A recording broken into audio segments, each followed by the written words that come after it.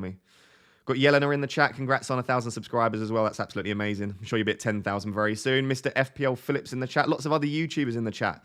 Yelena, FPL, and FPL Phillips, both you two in the chat. Excellent FPL channels, also creating really good content. So good to see other YouTubers. You two should be streaming, though. You two should be streaming yourselves. Lukey Boy in the chat. Good morning. Good morning, Angelina. So many people here already. Love to see it. Mr. DJ Hammer, of course. Morning, mate. Miss your early deadline streams nursing a hangover. I didn't go out last night. Obviously, I can't really go out before a deadline. But I don't think I'm going out this weekend, to be honest. Good to see you in the chat, Gay. Cool. Right. I could just sit here all day and just say hello to you guys, but let's show your team so that I can copy. I will do exactly that. I will show you my team. We'll go through all the news as always. We'll answer your questions. I will probably build a wild card on stream as well. I won't spend too much time because I know a lot of people have potentially already used their wild cards, but I'll still build one on stream. It'll give you a bit of an idea about the sort of players that I would be targeting anyway. So even if you're not on your wild card, like I said, hopefully give you a bit of an idea about which players you should be targeting your transfers on from sort of game week 10 and beyond as well. I'm not even out of bed, Ross. Not sure that would make a good stream. I think that would make the best stream. I think that would make the best stream, to be honest. Right, let's move over to my team. So I'll be honest, it's a bit of a boring one again for me. I'm not actually currently planning on making a transfer. Now, I could make a transfer. I could get aggressive with it, but I just don't see anything that really improves my team this week. And I've just got a feeling we could get a bit of chaos. I don't know why. It's genuine gut feeling. Like, I haven't seen anything which would suggest this.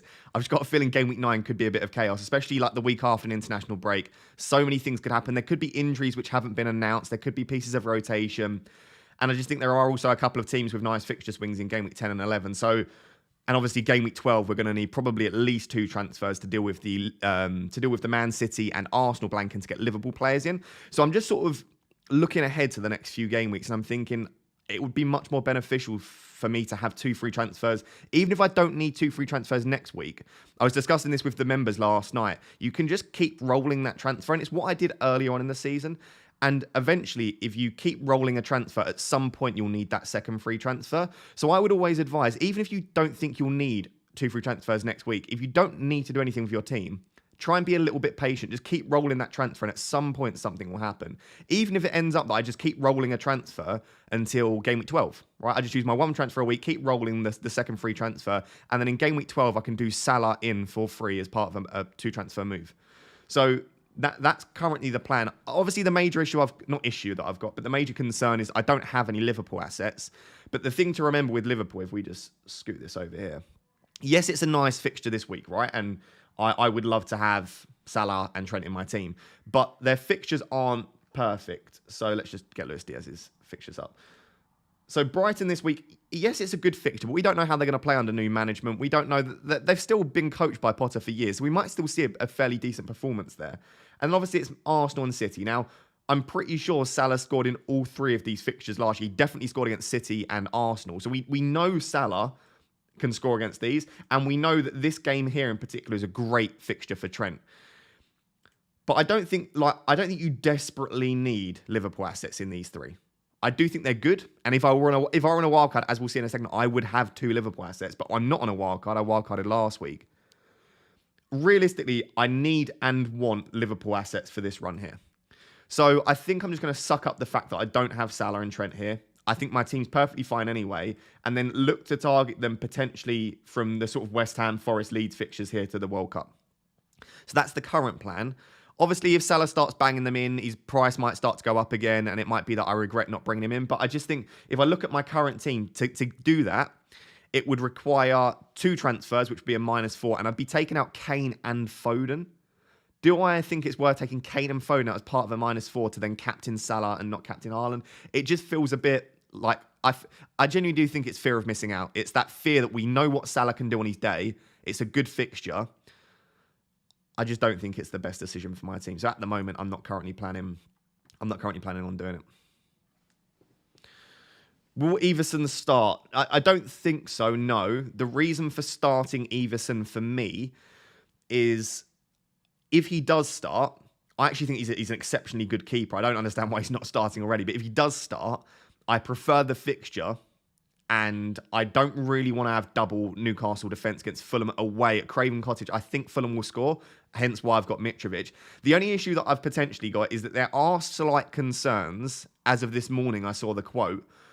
There are slight concerns that Mitrovic may be injured. Now, I don't want to worry anyone. Like, there's nothing official from that. But he obviously picked up a slight knock in the international break. And I think they said something along the lines of they'll assess him.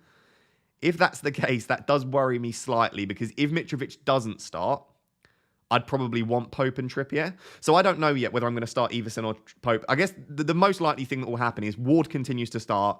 I'll start Everson, and then Pope will come off the bench anyway. So I don't think it's a massive issue. But yeah, that's my thought process behind it. Zodiac with a highlighted message says, "Thank you for being you. You're more than welcome, my man. You still think I should roll, even though I've got both Luka Dean and Isak out, and start Bailey and hope he starts?" Yeah, like I said, I think if you want to get aggressive with it, you could take out Luka Dean or Isak and make an aggressive transfer, especially because you've got money in the bank. But I think you're fine just rolling it out. Like I said, for the reasons before, I just think it gives you an extra week of information. And it could be, I would still start Isak, because it could still be that Isak starts. I think it's very unlikely. But I think if he's fit, he starts, and if he's not fit, I don't think he'll come off the bench. So I would probably still start Isak if you own him, to be honest. Lunny says, only 1 in 10 people in the stream have hit the like button. Smash that like button. Thank you very much, kind sir. I appreciate you reminding me to do that. Ben Lawrence with a super chat says, bench Isak for Salisu, or transfer Isak to Solanke. I don't mind Isak to Solanke. I would probably, like I just said before, I would start Isak, because he has been running on the grass. I think he's been doing some training, although I don't think it's been group training. I think it's very unlikely he plays, but you just never know. So I would probably still start Isak. If you have Isak and you're not transferring him out, I would do that. When do we expect Isak back? I think even if he's not back this week, it's going to be very soon. I would say from sort of game week 10. He looks fit, unless he gets sort of a reoccurrence of the injury. But I think relatively soon. So if you want to hold on to him, you can. Oof, I was considering Mopé as a cheeky punt instead of Mitrovic. Just confused me more. You could go Mopé if you wanted to. Mopé, the only issue is everyone's talking about how good Mopé's data is. He's only played 179 minutes. He's played basically 2 games. That's really not enough to draw too many conclusions. But yeah, when Mopé plays, his underlying data tends to be good. He just doesn't finish those chances, does he?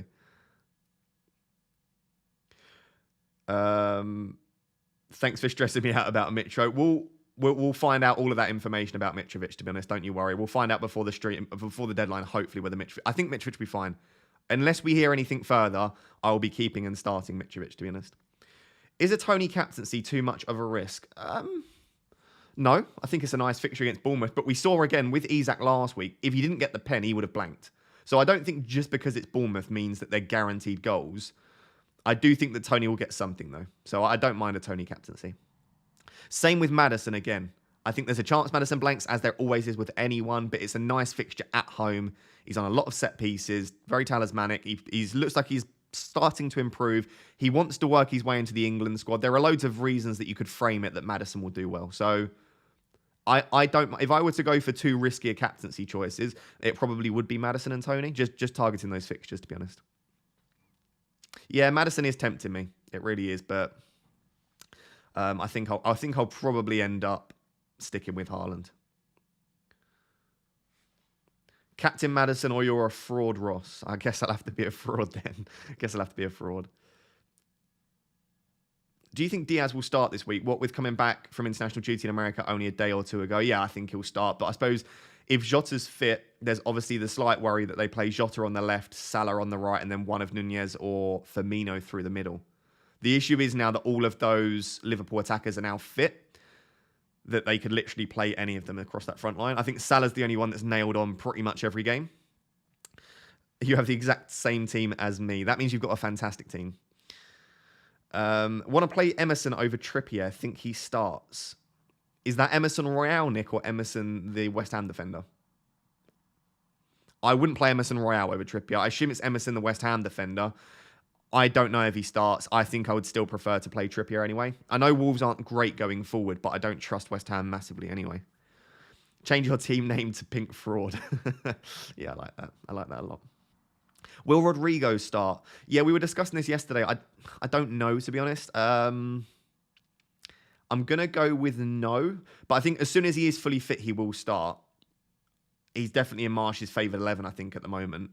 The issue is, obviously, they've got Bamford back now. They've got Sinistera playing well. They've got Harrison. Like, they don't need to start Rodrigo this week. They could easily play a front four of Sinistera, Aronson, Harrison, and Bamford. Or even Gelhardt. Like, they don't need Rodrigo this week, I suppose, is what I'm trying to say. So they might just ease him in a little bit. It depends how fit he is, to be honest. Worried about no Trent compared to Game Week 9 wildcard. It's not particularly, like I said, the fixtures aren't great after Brighton. So I think I can get away with over the next 3 not owning Trent. Yeah, of course, he could score like a 15-pointer this week. But what I've got to think is I've set up my team. If I had Trent, it means I would either not have Cancelo, who I think is a great option, or it means I would not have one of my midfielders or attackers. So I've just got to hope that the person that I have instead of Trent either matches him or gets close to his points. And then I just hope that the rest of the team does well for me, to be honest. Play Zaha or Andreas. Definitely Zaha. Every day of the week. Sorry, I've got something in my eye. I do apologise for rubbing my eye aggressively on stream. Is Wilson worth the punt on wildcard? I don't mind it.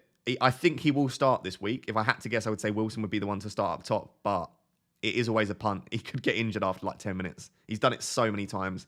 I think I've owned Wilson at 2 points for 2 injuries. And I think he's got injured basically the week I've brought him in. It's the same with like Danny Ings. These sort of players are so fantastic, but they always get injured. So it is a bit of a risk. What are your thoughts on Diego Costa? I don't mind him. The issue is he is lacking match fitness at the moment. And they can quite easily play Podence in a false 9 spot. So even though obviously Jimenez is out injured, I don't think that necessarily means that Diego Costa definitely starts. So again, I don't dislike it. It's a bit of a punt, a bit like Wilson. Should I remove Salah for Maddison? Not in any world would I ever do that. I think Salah's a fantastic shout for this week. I'm tempted to do Luka Dean to Simicast since Robertson is out. It's stupid, right? It's short term, definitely. It's not stupid. I think he's fine as an option. But considering the next 3 fixtures, I'm not seeing... I think they'll probably get 1 clean sheet. Unless you're expecting him to get loads of attacking returns, or unless you can do tons with that money, I would probably avoid. Or unless you think Robertson's going to be out like really long term. But I don't think he will. A lot of people saying they're tempted to cap Maddison. Let's do a poll then. Let's do a captaincy poll. Captain for Game Week 9. We've got Haaland. We've got Maddison. Feel free to just spam it in the chat as well. We've got... Who's the other one? Salah. And then... I'm still asking YouTube, please give us the option to have more than 4 options in a poll. Same to Twitter as well. Give us 10 or something like that. It would make polls so much more interesting. Captain for Game Week 9. Here we go. Super chat from Darius. Thank you very much, my man. He says, hi, mate. Would starting Justin over Trippier be a crazy decision? No, I would start Justin over Trippier. Like you can see, I'm starting Everson over Pope in the hope that he starts. I'm very much a fixtures-based manager, and I think you've got to back the fixture there. I would expect Fulham to score. To be honest, I think there's a chance Nottingham Forest score anyway. I suppose, do you have Pope? It shouldn't matter too much, but at least I suppose you're covering the Newcastle clean sheet. In isolation, though, I would probably start Justin over Trippier, yeah. But thank you very much for the 2 super chats, Darius. I appreciate that. You missed a donation from William. Let's have a look. Cool, thank you. I just seen that, William. If it's below the equivalent of £2 UK, the super chat, it doesn't like highlight it for me, so it just gets lost in the chat. That's not me asking you to donate more than £2. I'm just explaining why some of the £2 or less super chats get lost. Ramsdale and Ward, good on wildcard. Use Ward in Game Week 10, 12, 15. Do you know what? I don't mind that. I've not really seen a lot of people talking about a Ramsdale rotation with Ward. I suppose the issue that you've got is twofold. Number one, I don't think necessarily the Arsenal defence are the best. Ramsdale makes a lot of mistakes. And number two, if Ward loses his place by Game Week 12, you've got no keeper in Game Week 12, because I think there's a small chance Everson comes in at some point. So it's a bit of a risk. Considering I don't think Ramsdale is that amazing, I would still look at other keepers on a wildcard, but I think it's pretty creative. I don't mind it. Who has Nana Raptor got the armband on this week? Nana Raptor's captain Haaland. She would normally captain Salah. She captains Salah like every week, but she doesn't own Salah at the moment, so it's defaulted to Haaland. Are you looking to go with Zaha over Bowen for next week? No, Foden is the plan at the moment. So the plan for my team, just to run you through it, is either game week 10 or game week 11. Because game week 10, Foden's got Southampton at home. So either game week 10 or game week 11, I'm probably going to do Foden to Zaha. And then in game week 12, it's going to be Bowen and Kane to Salah and someone like Wilson, Tony, Solanke, a striker of some kind that plays in game week 12. And then I need to just think about if I want to get Trent in, how do I do that? It would probably be for Cancelo. I just need to decide if I want to make that move. Or again, I could make a downgrade on one of, like, Mitrovic could go down or Maddison could go down, and then I could upgrade Trippier. So I've got a few options, but by game week 12, I'm going to have Zaha and Salah in that midfield.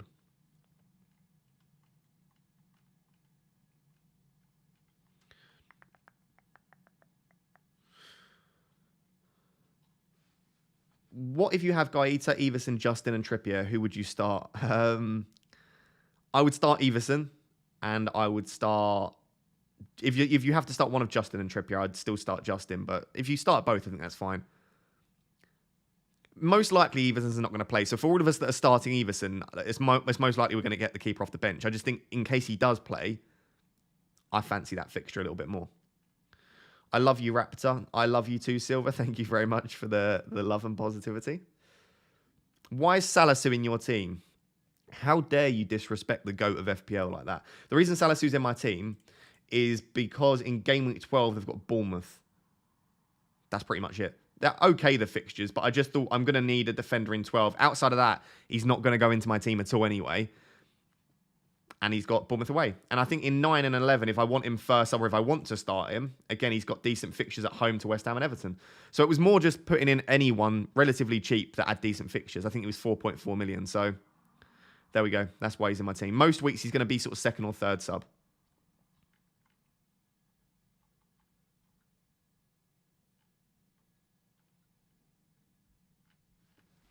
Thoughts on Saka to Maddison? Yep, I like that a lot. I'm pretty sure that's exactly what... Yeah, that's what Nana Raptor did. So I think if you own Saka, you've just got to start thinking ahead to game week 12. And I think with the fixtures that Maddison has, Forest and Bournemouth over the next two, if you're going to move Saka on to someone, Maddison's the one, and it's probably worth doing it now. Love the stream. Keep it up. Thank you very much, Chazza. I appreciate that.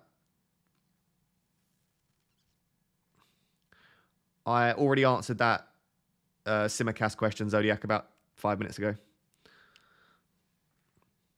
Thoughts on Botman's game time? I wouldn't try and guess that. I don't have a clue. I'm not a Newcastle fan. If you're a Newcastle fan, let us know about Botman's game time. Is he likely to start most games, etc.? Is Dewsbury Hall a good punt? Not really, you know. I mean, the fixtures are great. I suppose he could get you the odd return. I don't mind it, but I think I'd prefer to look elsewhere, personally. Salisu is definitely in the top 3 most likely to score an own goal / get a red card. That's part of the fun.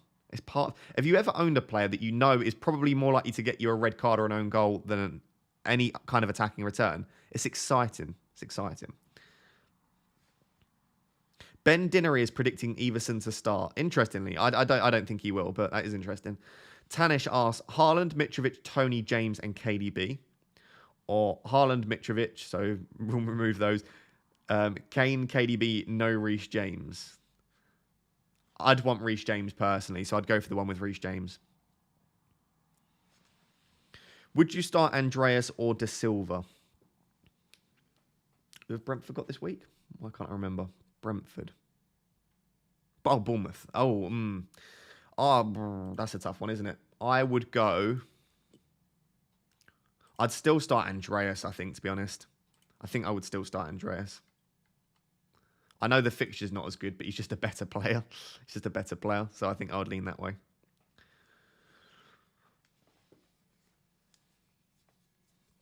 Bamford for Isak, I don't mind that. The issue is, with like a Bamford, a Diego Costa, a Wilson, they're so injury prone and they're just coming back from injuries as well. I'm not sure that I would be looking there personally at the moment. I would just be going for like a Tony. I know it's boring. It just feels like the more sensible shout. You always run a risk that they're either not fully fit and they'll continue to start on the bench, Or even if they do play, they could just pick up an injury and then you're forced to make another transfer. Castagna shout, please, over James. I don't mind Castagna at all, but I don't know if he's like 1,000% nailed. I think Justin's slightly more nailed, but I think they're both more likely than not to start. How will you be approaching the Game Week 12 blank week for Arsenal and Man City? Well, Foden's being sold in Game Week 11, and then Martinelli, Haaland, and Cancelo will all be benched in Game Week 12. And the rest of the team are all fine. So, yeah. And I'll be getting Salah in Game Week 12 as well.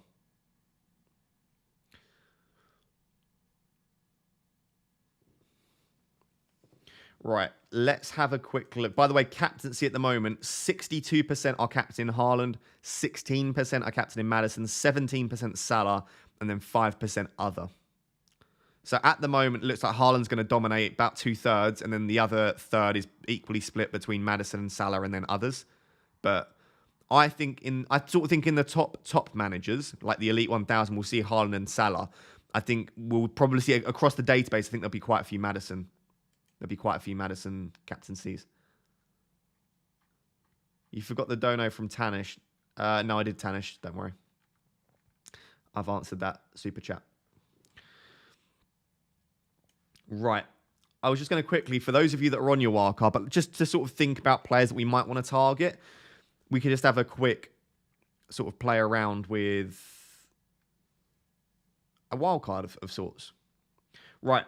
So in goal, I know this is quite a strange thing to do. I think I would be on Pickford and Begovic. Everton's defensive data is good, not great, but their fixtures are pretty nice, especially from Game Week 13 and beyond. So this little run here is not ideal, but if you take it in combination up until 16, I think it's a really nice run. So I would actually, again, I know it sounds crazy. I would be on Pickford and Begovic as well because you get the starting keeper and the second keeper for fairly cheap. So, and I don't think you're ever going to want more than one extra Everton player. So I think that sets you up nicely. And that would probably be the way that I would lean. When are you going to use your triple captain later on in the season? Double game weeks. Why are you not answering any Zaha questions? That's such a strange narrative that I'm deliberately ignoring Zaha questions. What are your Zaha questions? I can't even see any Zaha questions. You want me to talk about Zaha? What's the Zaha question? Hit me with the Zaha questions that I'm ignoring.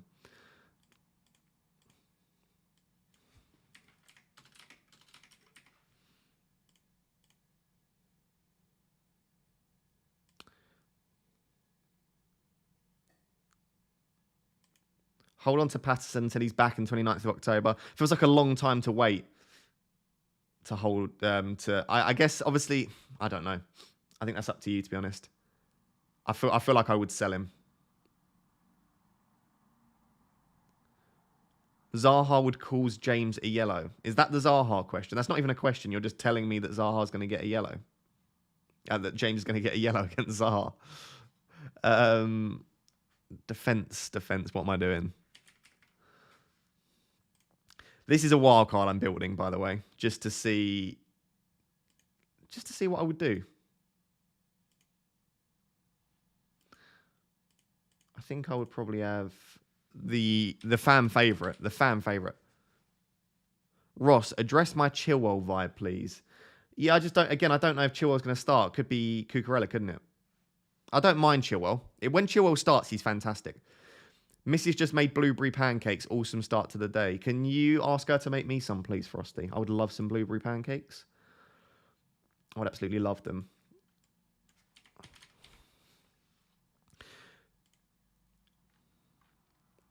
Cucurella is ill. Yeah, but Cucurella's not ill forever. So it's a bit of a 1 week punt, isn't it?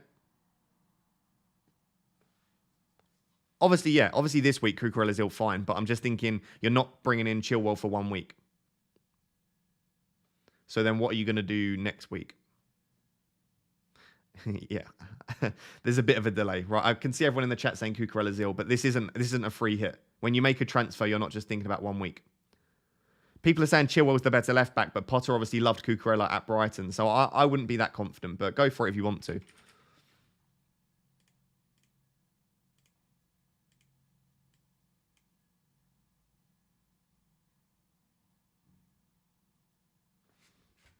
Who else would I want in this team?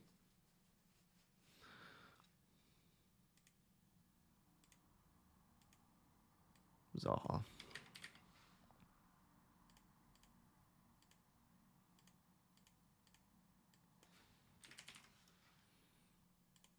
I reckon my wild card would look roughly like that.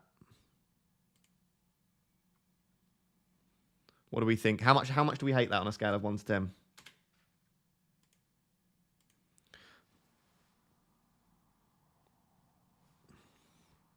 Sorry, just in the super chat. Hey, mate, hope you win the award. I appreciate that, Sheriff. Thank you very much. Wildcard in 10, 1 week punt for Isak between Solanke, Mopay, and Mitrovic. Is it worth a -4 to get Harvey Barnes in for JWP? I'm never a massive fan of taking a -4 just before a wildcard. I do like Barnes, but Ward-Prowse can always get something. For a 1 week punt, I would be tempted by Mopay, to be honest. The fixture's really nice there against Southampton. Probably Mopay, and I probably wouldn't take the -4. Would be my answer for that. Should I start Sofal or Bailey in the starting 11? I would start Bailey and hope that he starts, but there's a small chance that Bailey's benched, so just bear that in mind.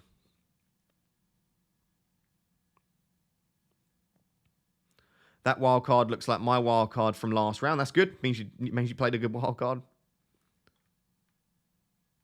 Your team value is mad. Yeah, my team value is quite high this season, for sure. For sure. Hi, Ross. Can build that team, but I'm £0.9 million short. What would you change? 0.9. That's quite a lot, isn't it?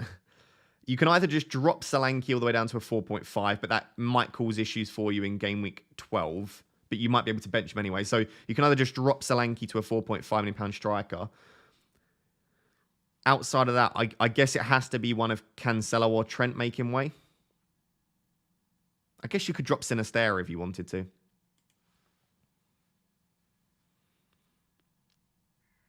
Thoughts on Martinelli to Barnes? I don't mind Martinelli to Barnes. It's very risky, though. It's very risky, isn't it? I mean, Martinelli's nailed on. He's playing well. Plays in a better attack. Barnes is fairly nailed on. But again, do you trust him? Do you trust the lesser attack? I like it as a really aggressive play, but it is a bit of a risk, isn't it? Do you think Emerson starts? Is this West Ham Emerson? I wouldn't know, to be honest. I won't try and predict that. I have no idea. That's why I didn't include Emerson on my wild card, because I just don't know when he'll start and when he won't. Which player would you have for the entirety of October games? That's a very vague question. I'd need a little bit more context to the question. Angelina says, I still wonder who would score more points, Salah and Solanke or Kane and Diaz. When you put it like that, probably Kane and Diaz, but you need to take into account captaincy as well.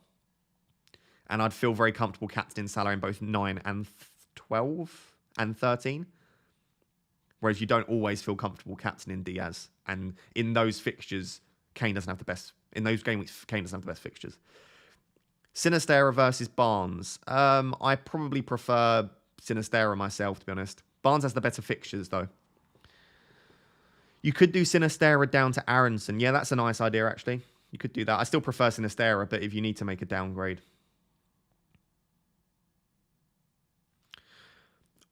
Whilst I've got a few of you here, which one is it?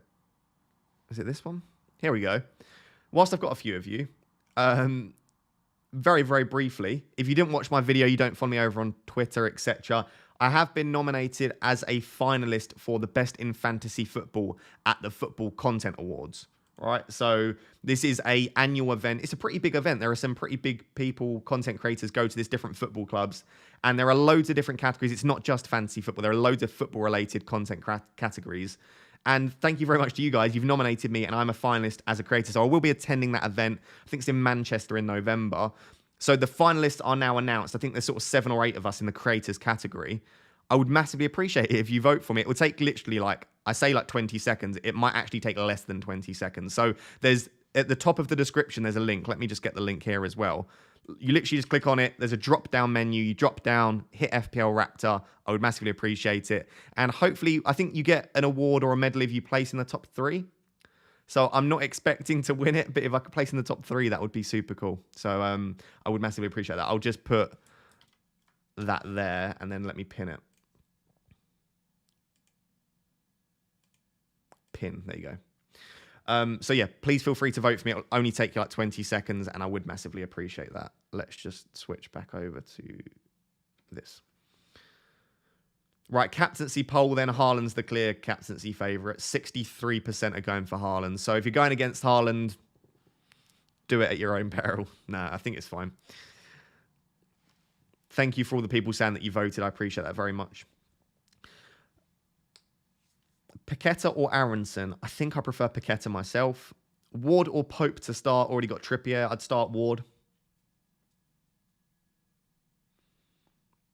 I'll vote for you if you answer. I'm not going to do that because then that was set a bad precedent. If you'd like to vote for me because you like my content, please do. I'm not going to try and buy votes by answering questions. Your take on Dalot for long term? I don't mind Dalot as an option. He's definitely improved under Ten Hag. He looks pretty good. I think he's nailed.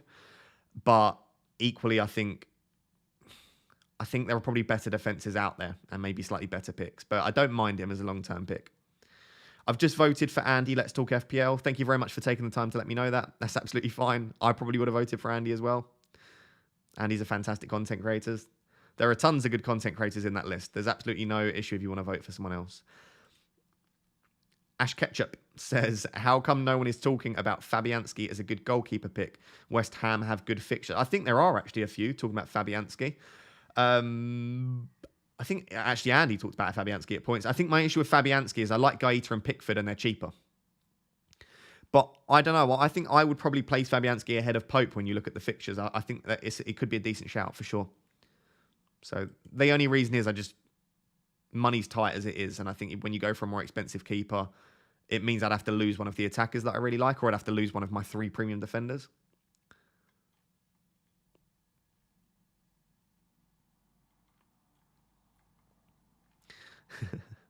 Why does Andy talk so slowly? This is absolutely hilarious. So what happened? Andy, Let's Talk FPL, gets accused of talking too slowly, and I get accused of talking too quickly. So maybe if you place myself and Andy next to each other, it would look really different. But yeah, Andy talks he presents very well. That's why he talks quite slowly. My brain is working at like 500 miles an hour at all points. Like my brain is already in tomorrow or like next week. So I'm constantly talking really quickly because my brain's just zooming ahead. So that's why I talk very quickly. I know it's an issue though. I know it's an issue. I really appreciate it. There's too many people to say, but I've just seen there's like 50 people in the chat just said they voted. So thank you very much. I appreciate that. Truly. I did vote for you. I was surprised how many categories there were. It was good because it had other channels for non-FPL content that I follow and therefore also voted for. Yeah, it's going to be a really awesome event. Like I said, it's in Manchester. I'm very excited for it, to be honest. I will be suited and booted for that as well. And hopefully picking up an award. That would be nice. Can't see your wildcard team on my phone. Who are the keepers? I've got Pickford and Begovic as the keepers. This obviously isn't I wildcarded last week, so this isn't my wildcard. This is just if I were to wildcard, this is roughly what I'd be going for. Max has used his highlighted message. Max, you've been a member for 13 months. That's madness. 13 months a member. Thank you very much. Sterling Lewis Diaz to give the armband to. Love the great work you continue to do. Keep it up. 85k and going to punt as I back Manchester United this week. Interesting. 85k. Good start to the season. The armband. If Diaz starts, I prefer Diaz, but you've got the slight worry that he doesn't because Jota's back now. Maybe Sterling's the one. Maybe Sterling's the one, but just Crystal Palace can be pretty good defensively, and it's at Selhurst Park, isn't it? I would probably lean Sterling just because I'm not sure if Diaz starts, but if you're confident Diaz starts, I'd probably go Diaz.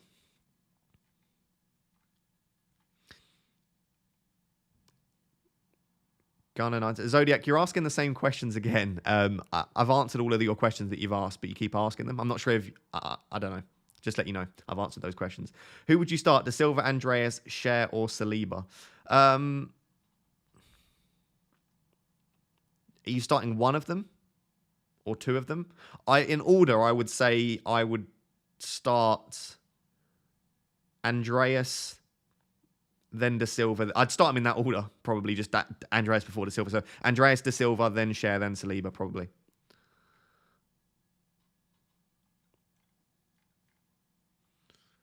Maddison or Trent till game week 12? It's got to be Maddison. It's got to be Maddison for the next few, hasn't it? I think long term, definitely Trent, but I think over the next few, you've got to back Maddison with the fixtures.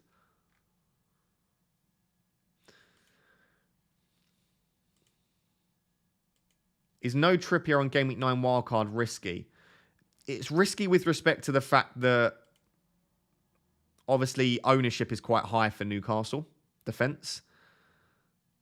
I suppose my major... It's not an issue with...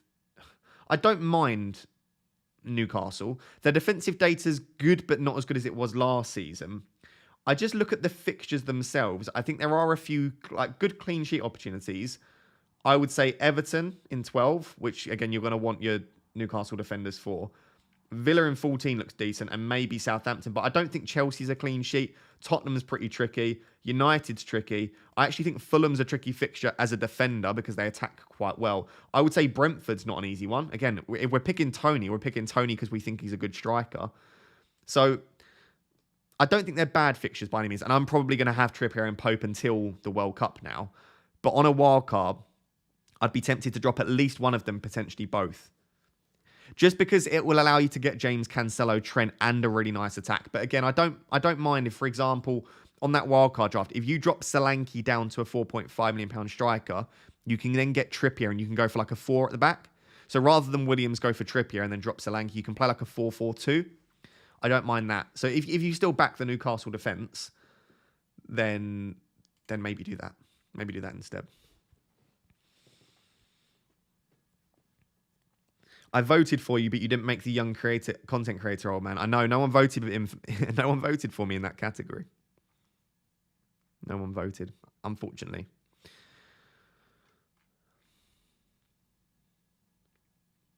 Is Kulusevski injured? I believe so, but I'm not 100% sure. I obviously don't look out for news on every player. It's mainly for the players that I've got. Very nice jacket, mate. I appreciate that, Abdullah. Thank you very much.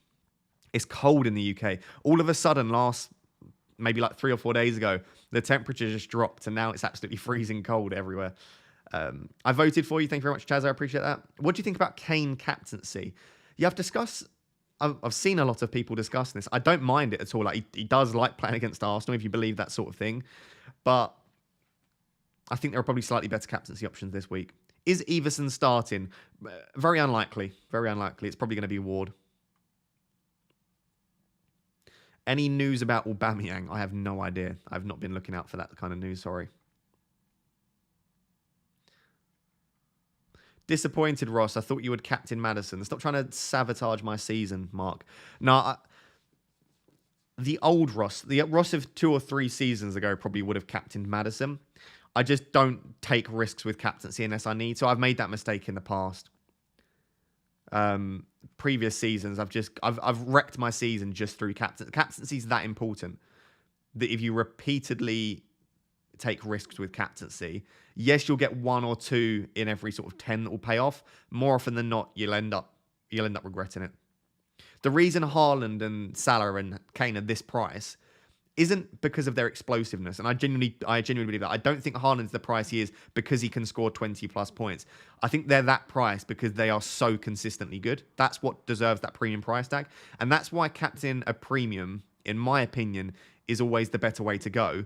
Not because of their price, not because I think they're more explosive necessarily, because I think Maddison is equally as explosive as Haaland. I think what you're getting with these premium assets is the fact that you are confident they'll probably get at least 1 return most weeks. Across a season, if you can get 1 return from your captain each week, that's a very good captaincy score for the season. So that's my opinion on captaincy at the moment. Your team is so good. How are you, Ross? How are you feeling going into game week 9? I'm feeling good, Eddie. Thank you. I don't think the team's perfect for this week. When you look ahead to future weeks, like game week 10 and 11, the team looks a lot stronger. But this week, the team's a little bit like, I've got a few clashes. I've got obviously Martin against Tottenham. I've got 3 City against United. It's not ideal, but yeah, it's fine. I'm feeling good. I absolutely adore your quotes, mate, on Twitter. Keep it going. Thank you very much, Dean. I appreciate that. Tony captaincy shout. Yep, I don't mind that. Do you use minoxidil on your beard? It's glorious. I don't even know what that is.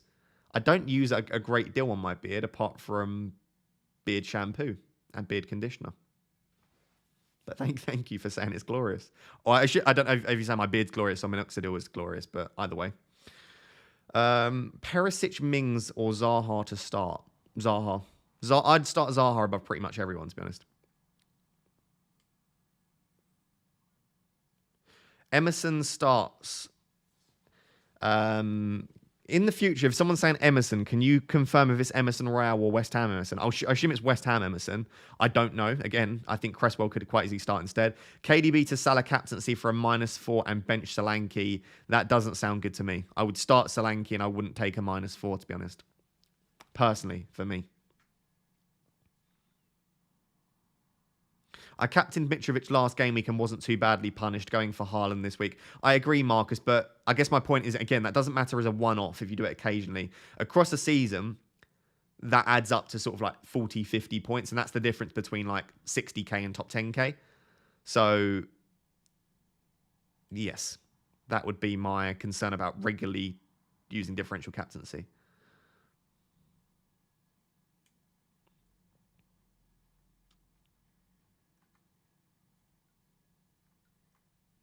Yeah, can we not spam questions in the chat? Just because it gives the mods a lot more to do. If you're spamming questions, please just ask your question once. You can ask it again, but leave it like 30 seconds at least. Don't keep spamming the question in. Are you feeling confident having Everson over Pope? I'll be honest. I think there's very little chance that Everson starts. I think I'll get Pope anyway. But if he does start, yeah, I prefer Everson against Forest. I'm going double Everton in goal. What are your thoughts? Scroll back 10 minutes in the stream. I said I would have double Everton as on a wild card. Let's see what other graphics we've got. I've put a few in from my recent videos. Isak replacements. Here we go. For anyone that wants to transfer Isak out, here are the players that I would probably be looking at.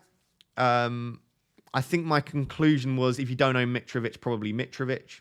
If you do own Mitrovic, it would still probably be one of Tony and Solanke, boringly. Tony's got really good stats. Solanke's got obviously the best fixtures and not terrible stats, but they're not great, obviously. If you want to take like a risky punt, I quite like Daka. We did speak about the fact that Mbeumo has really good stats, 0.63 non-penalty expected goal involvement. So he could be a decent shout. But I know a lot of people are like trolled by Mbeumo in the past. You can see Wilson's stats are decent, but he's only played 245 minutes. So I'm not sure whether we can draw too many conclusions from that. Watkins, I know a lot of people are looking at. His underlying data is just not great. You've got a few options in there, to be honest. You've got a few options, but I'm not sure how many of them I fancy, to be honest.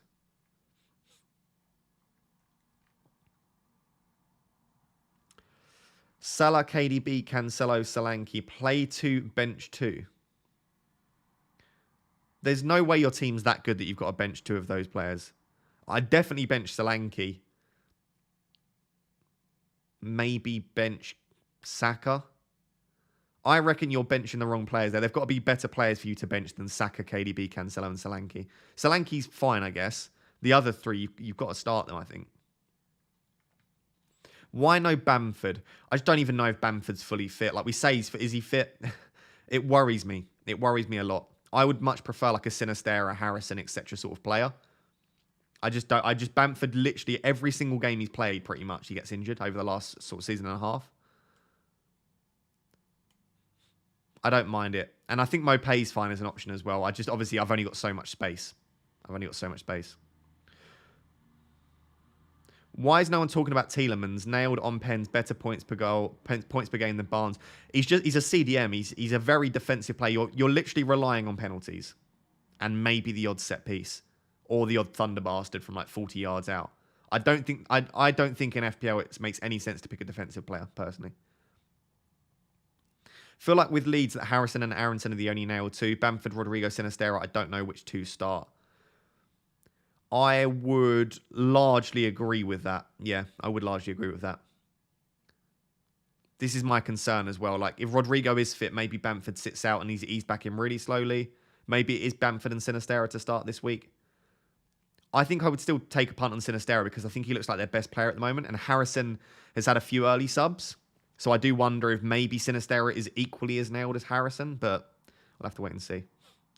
Obviously, Sinistera gets some early subs as well. I think because of the options that they've got, you're likely to maybe not get 90 minutes from your attacker playing for Leeds. Hi, Raptor. Love your stream. Love from Australia. Thank you very much, Andrew. I appreciate the super chat and the kind words. Thank you.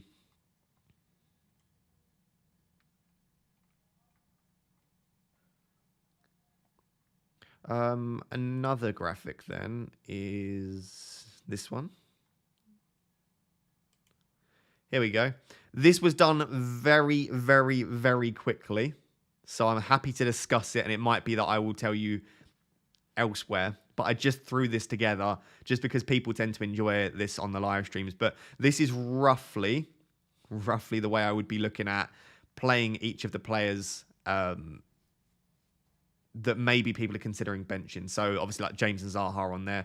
The reason I've got James above Zaha, obviously it makes sense that one of them will probably blank, is that I think they have a decent chance for a clean sheet, Chelsea. I think Palace will score though, but James is just so attacking that I think he's got the chance for a clean sheet. He's got the chance for bonus points and goals and assists as well. I would just start. I think James is a start regardless. If he's playing City, Liverpool, I don't think you ever bench James personally.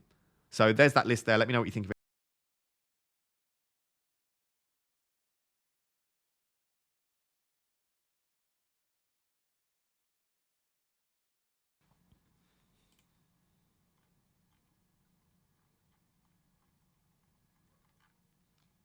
Really good graphic on who to play. Thank you very much, Zodiac. I appreciate that. Hi, Ross. Start Sofao or Martinelli. Oh, yeah, I don't have any West Ham defenders in there, do I?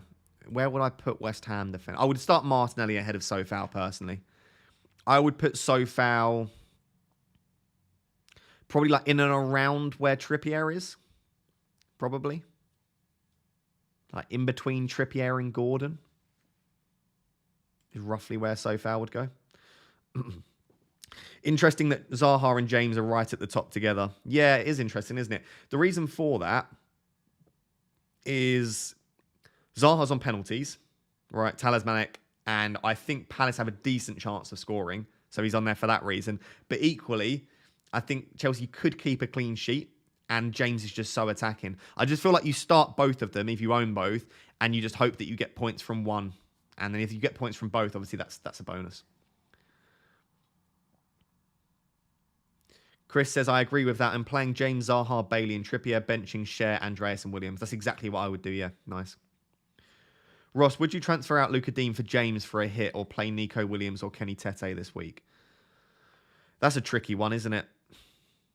I would be tempted by the hit. I wouldn't usually take a hit for a defender, but I think you're going to want Reece James soon anyway. So I feel like you almost might as well do it this week. Because then you get him in place. I don't know. I think it's a tricky one. I think you're fine either way. I think I would actually potentially start Kenny Tete ahead of Williams. I think Leicester have got to score, haven't they? Can you show your team, Raptor? I can do. There we go.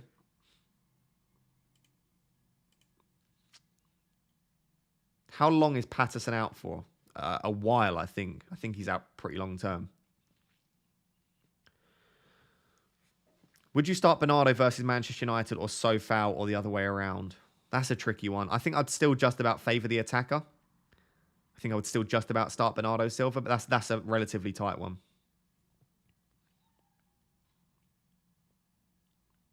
Kilman or Anderson? Is this on wildcard or to start? It largely depends, to be honest, your team. That's a very difficult team to answer. That's a very difficult question to answer without seeing like rotations and stuff like that. If it's who to start this week, it would be Kilman. But if it's who to bring in, it's very difficult. Your team is so good. I think you could get 80 plus points. That's very good. Glad to hear it. I, on the other hand, feel scared because I'll have Tony as captain and Maddison vice. It could pay off really well for you. For what it's worth, I don't think Haaland's going to get like 2 or 3 attacking returns. That's famous last words. I think he'll probably get 1 attacking return. But there's always that option there that Haaland just absolutely smashes. My camera's gone, hasn't it? There's always that option there or that possibility, I should say, that Haaland smashes it. And as a result, I think I'm just going to captain Haaland. And I'm not comfortable that anyone else will outscore him, really. I think there's definitely a chance that Maddison does, absolutely. That's always a possibility.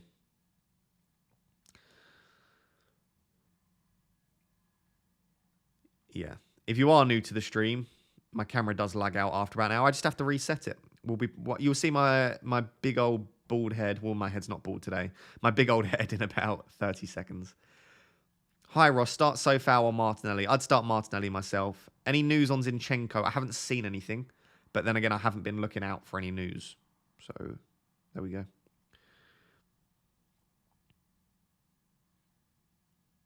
Would you captain KDB over Haaland? I've seen a lot of people discuss this. Like they call him like big game Kev, because Kevin De Bruyne does love a big game against sort of other top 6 teams. I think I would still captain Haaland though, but I don't dislike captain Kevin De Bruyne. What do you think of selling Pope for Ward and De Bruyne to Salah from -4, please? Pope for Ward and De Bruyne to Salah. I don't dislike it. I don't dislike it. I think you're fine doing that if you're going to captain Salah. I think if you're not captaining Salah, I would just probably leave it. Can you expand on Perisic over Trippier?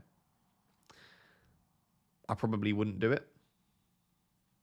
I think Perisic is fine, but I don't know if I don't know if you're asking for this specific week. The questions are very vague at the moment. This specific week, I wouldn't mind starting Perisic. He's probably got slightly better attacking threat, and I don't think either are probably likely to keep a clean sheet.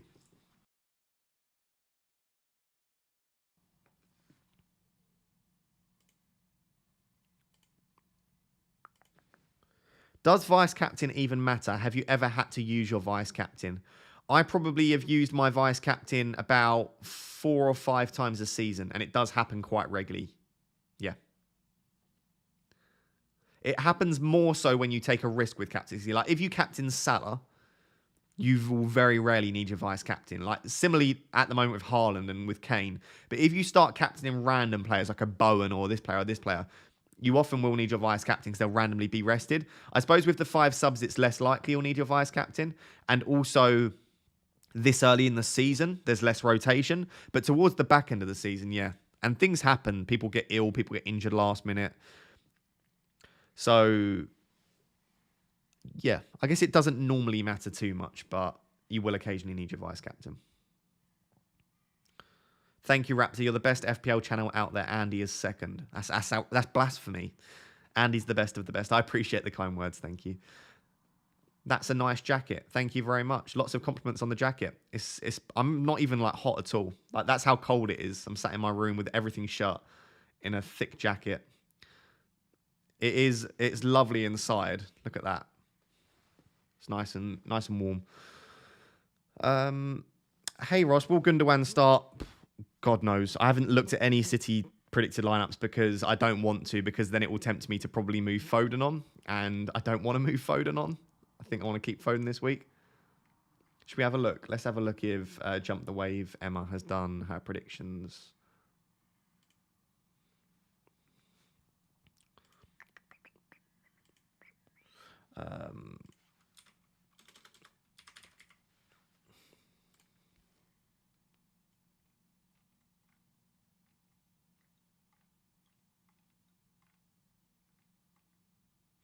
Right, Man City predicted lineup versus Manchester United. Who did you want to know? Gundogan. Only 3 of... How many managers are there? About 20 odd managers have predicted... 21, there you go. There's 21 managers in this. So basically, if you don't know who Jump the Wave Emma is, she aggregates loads of forums and fans' opinions and stuff into a predicted lineup. So only 3 of the 21 managers who predict on a regular basis are predicting Gundogan to start. Bernardo Silva, KDB, and Foden are all predicted by all 21 to start. So you would hope that Foden, KDB, and Silva start. Who else would be of interest? I think that's pretty much it. Akanji's predicted to start. Grealish is generally predicted to start. So it looks like Mahrez, Alvarez, Gundogan will all miss out, according to this. And then obviously Quicksilver FPL does like an aggregated sort of thread if you ever want to look into that. But that's his predicted lineup there. It's a very strong 11, isn't it? I'm not looking forward to it as a Manchester United fan, I must admit. Fingers crossed we can do something, though. Fingers crossed.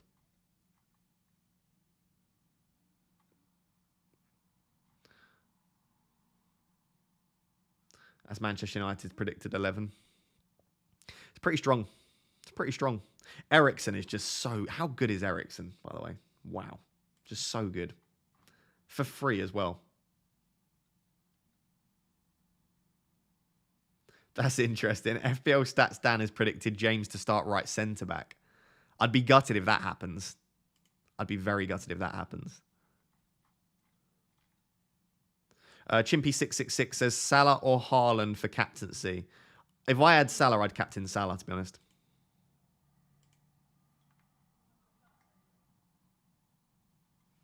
Oh, I hope James doesn't play right centre back. I guess there's a small chance. I just don't see why they're doing that.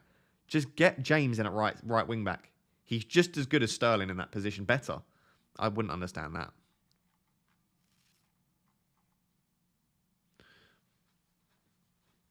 Would you pick up Ward or Everson on a wildcard if you want them as a backup? I think Ward starts in the immediate future, but not sure in a few weeks' time. I'd probably still lean towards Ward if you want them as backup. But the issue is, as soon as Rodgers is sacked, there's no way Ward plays. It's a tough one. Again, it depends. If you want sort of long-term cover, maybe just bet on Everson getting the nod. All we need, though, is a couple of Ward good performances, and then Ward is definitely nailed on for Rodgers.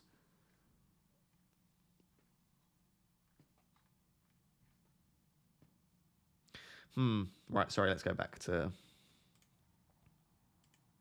that.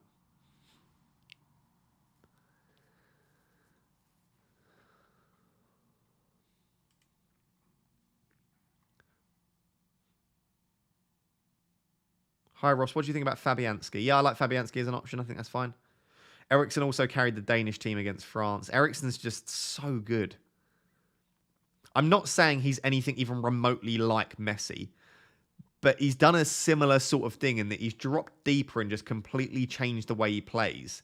And he's done it so effortlessly. And you find this with a lot of the very best sort of tacticians and technically gifted players and just intelligent footballers just find a way to, even when they lose their physicality, just absolutely boss a game. And I think, I won't get into the sort of Messi-Ronaldo debate, but I think that's what sets Messi apart from anyone else in world football, is you look at how he's adapted across his career. So look at how Messi's adapted across his career. And as he slowly lost his physicality, he's almost got better. And I feel like Ericsson's done a similar thing. He's dropped into like a number 6 role, which he's not played in his career very much at all. And he's just done it so effortlessly. And despite not being a particularly, like I said, physically fast or strong player, he just bosses that midfield.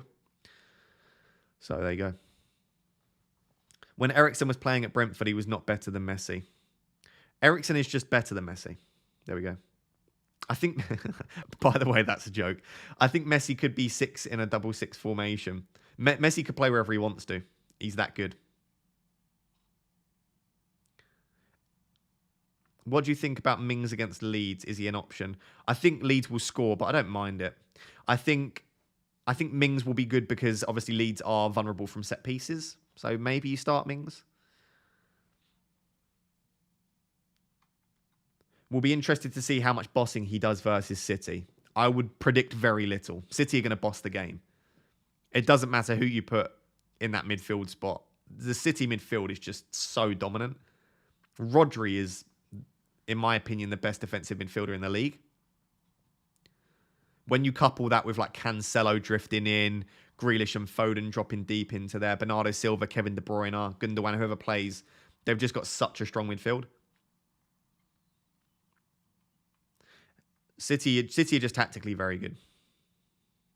I think that's what it is as well. Can Messi play CDM on a cold, rainy night in Stoke? It's a good question. I'd like to see that happen, to be fair.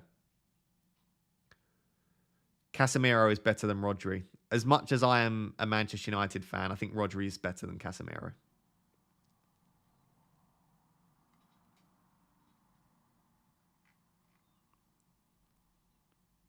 Do you expect Everson to start? No, not particularly, to be honest. Not particularly.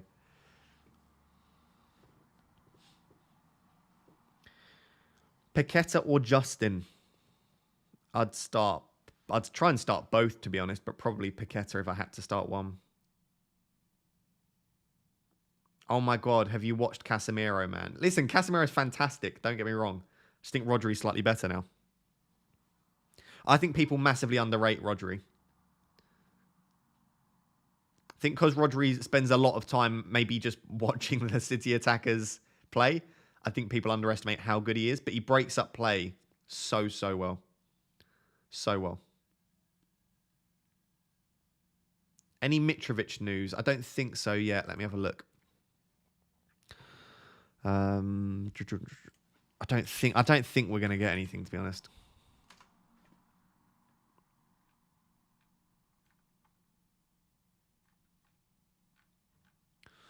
No, I can't see anything. I'll try and find the quote for you guys. Let me move over here. I think it was Colm did it. Let me have a look.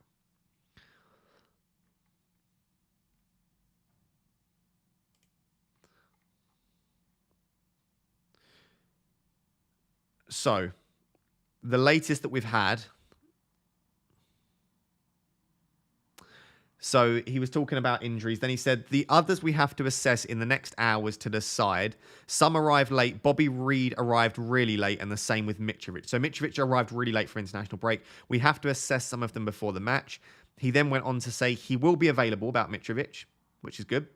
We have to assess him tomorrow, Saturday again, but he will be available. He did the session with the team this morning. He played 2 games for Serbia, and in the first game, as you know, he came off after the 3rd goal, and the last game, he played the 90 minutes. We have to assess him to see, but he will be available. So by all accounts, I think Mitrovic will play. There's just a slight worry there, isn't there? There's a slight worry. But that seems relatively positive for me.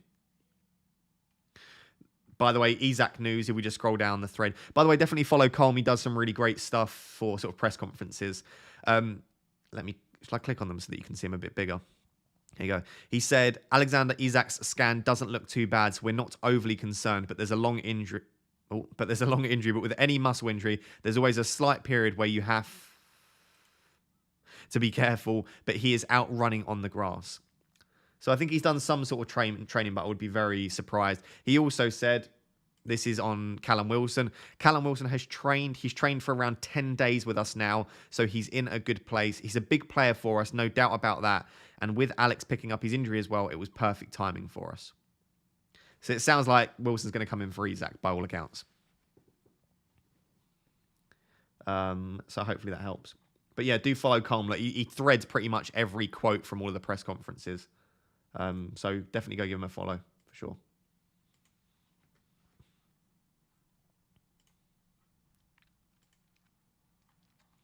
Right. I think I've missed a super chat or two, so let me go back and double check. Andrew Shaw asks, I've got Saka and Bowen. I need to transfer one of them out for Maddison. Okay. I'm thinking of Bowen. They're going to be goals in the Arsenal versus Spurs derby. Thoughts? So both of them are probably on pens, right? Saka and Bowen are both probably on pens. So there's always the slight risk of taking either of them out. I would take out Saka, but I understand the thought process. Bowen over the next 3 has got Wolves, Fulham and Southampton. Arsenal or Saka's got Tottenham, Liverpool and Leeds.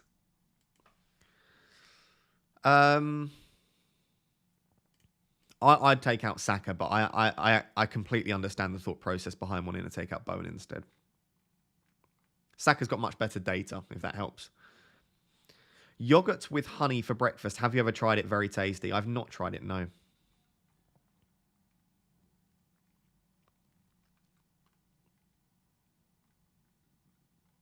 Is Mbermo a good pick? Yeah, Mbermo's a fine pick. He's got pretty decent underlying data as well. I don't mind Mbermo at all.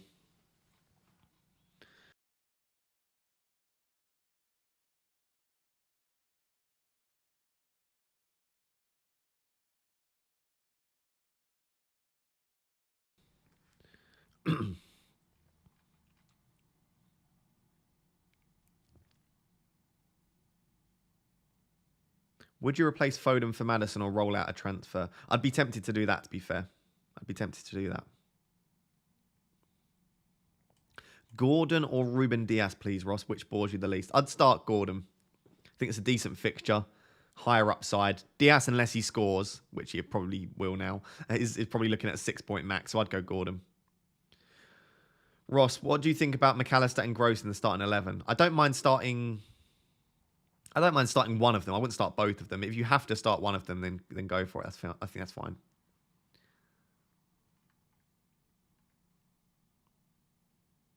How come Haaland captaincy in the derby? He's just so good. His underlying data is just ridiculous. It's ridiculous. Let's have a quick look over at... What am I doing? There.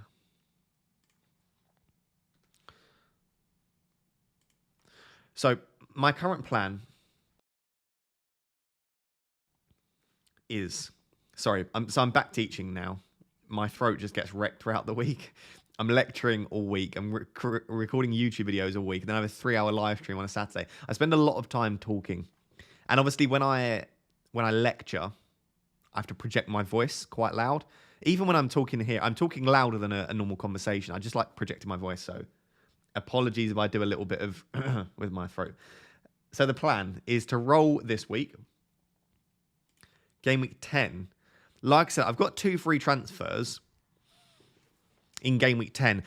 My issue of doing Foden to Zaha is that I don't really want to do that. It's basically it. Because Foden's got Southampton at home. He's projected to get 7.1 points. Like, this is a really nice fixture. I really don't want to make that move, particularly. So I think at the moment, I don't have a move to make in game week 10. But let's move forward to game week 11. Because in game week 11, I am planning on making the Foden switch. So let's do, in game week 11, Foden to Zaha. I would then captain Harry Kane. And then I would probably be tempted to start Salisu. I don't know. Maybe be tempted to start Salisu ahead of Trippier. I'd have to think about that. I've also got Andreas against Bournemouth on the bench as well. Like, my bench is very strong this week. If Everson is starting by then, maybe I start Everson ahead of Pope because he's obviously playing against United. But that's the current plan there, which means that by the time Game Week 12 swings around, I'd have 2 free transfers and I'd have roughly 0.7 million in the bank. So the current plan is to do Bowen to Salah. Then after I've done that, I would then have in this spot here 7.4 million in the Kane spot. So the plan at the moment is probably Wilson or Solanke. If Daka's starting regularly, I suppose that's a potential option. I'll have to have a little think about it. I wouldn't know at this point, but let's say we just go for Callum Wilson. It's against Everton at home. It's a really nice fixture. It could be a number of players, to be honest. And then basically we have to bench all of our assets that don't start, right? So the team looks roughly like that. I give the armband to Salah. And as you can see, I've got 100% team rating at the moment, 85% for game week 12. So the team is really nice set up. And then I just bench my 3 assets that blank. Then when we move forward to game week 13, let's just click the optimize button. All the ones with buses there, bang, expertly done. My internet's very slow.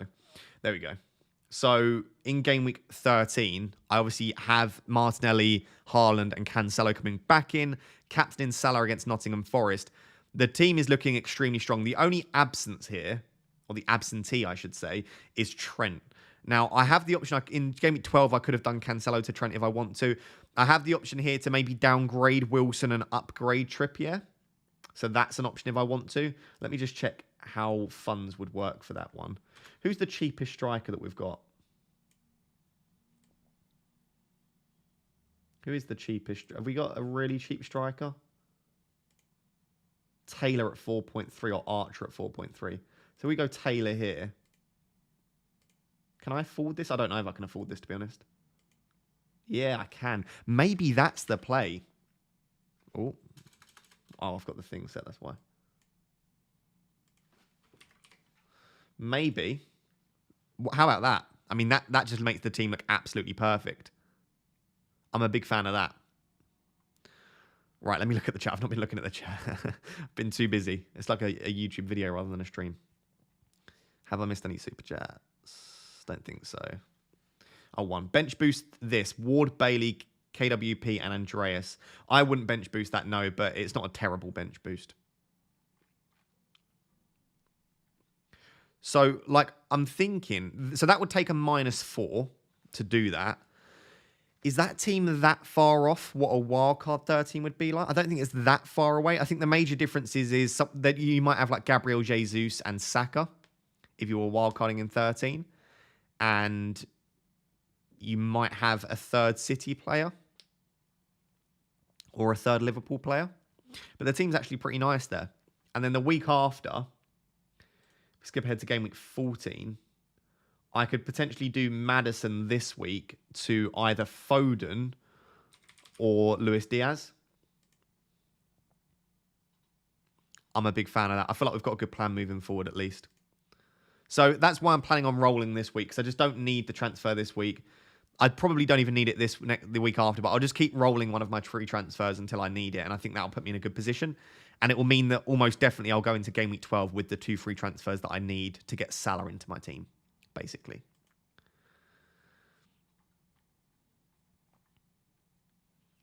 Solanke buyers wear Crocs and socks. That's pretty funny. I'm starting Fofana ahead of Perisic. Fair enough. I would start Perisic, but that's fair enough. What is my opinion on Fofana? I think Fofana's fine, but again, a lot of people are predicting that Fofana's not even going to start. So it worries me slightly picking him. Who is better, Billing or Aronson? I prefer Aronson personally.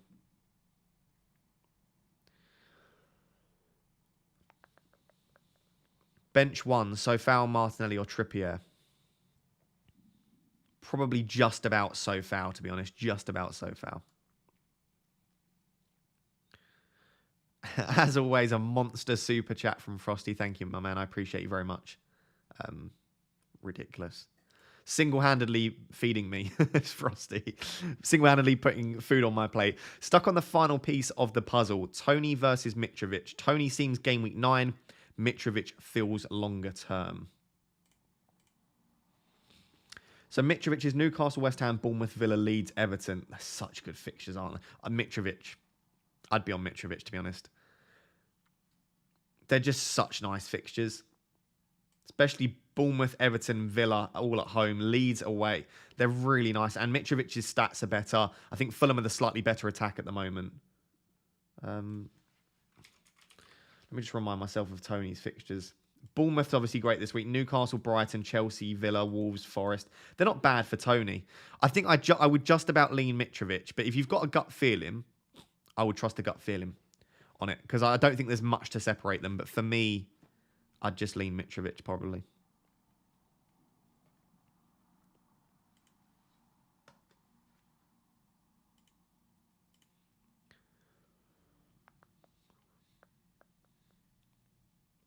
Hello, Ross. Would you stick to your Game Week 9 wildcard? Any changes you would recommend, like Salah to KDB? It would be what I just did like half an hour ago on the live stream.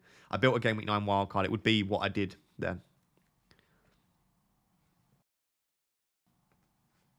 Mings or Justin? I'd go Justin myself. Is captaining Maddison crazy? I don't think it's crazy. I think it's risky, as it always is when you captain someone that's quite streaky and playing for an average attack at best. Why aren't you playing Pope? I'm playing Everson because if Everson starts, I think he's a better option this week. Thoughts on Antonio? He's just not got great data, and also Scamacca is just sitting there waiting in the wings, isn't he? Right. 0.32 non-penalty expected goal involvement. Decent fixtures for West Ham, of course, but I just worry that Scamacca could just start any of the games. And Antonio's been getting a few early subs, I believe. Let me just double check that before I lie to you. Yeah, so this season, Antonio's been 56 minutes, 68 minutes, 74 minutes, 73 minutes, 69 minutes. He's only played 90 minutes once. He was also benched in game week 4 as well. I just don't think he's the one. He's not playing 90 minutes. He's probably not on penalties. I think Bowen's on pens. Scamacca's sitting there waiting. I think you could probably do better than Antonio.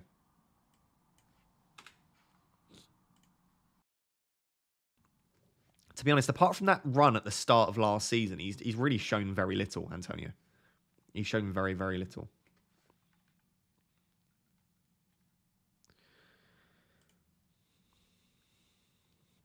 This is how the season's gone thus far, by the way. 311k was our first rank. We then went up to 69k. We had a pretty shocking game week 3, 4.8 million rank. So we dropped to 161. But then since then, we've been on an upward streak. 74k. Last 4 weeks have been very slow. So 31k, 30k, 29k, 23k. Obviously, one of those obviously was a blank game week, so no one moved. But I think we're moving in the right direction. I think the team's well set up moving forward. I'm quietly confident that we'll maintain a relatively good start. I think we will see a couple of red arrows at some point. We're not just going to continue going upwards. But I'm fairly happy with how it's gone, to be honest. By the way, 10.5 million managers. Or 10.5 million teams, not necessarily managers, but 10.5 million teams have been registered, which is crazy. It's definitely a record in FPL.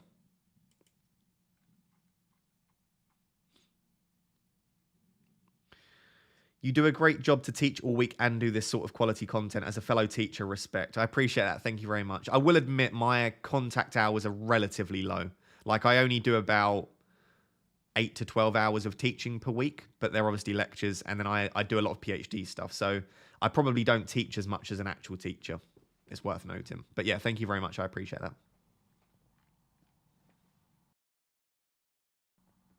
Apologies for all of the sniffling. I think I've got freshers flu, despite not going out during freshers. Because I teach at university, I think I just get the freshers flu off of the freshers, just by being in the same room as them. So I'm a bit under the weather. Impressive game week 7 rank, mate. I know. First in the world. I'm just that good, Marcus. I'm just that good.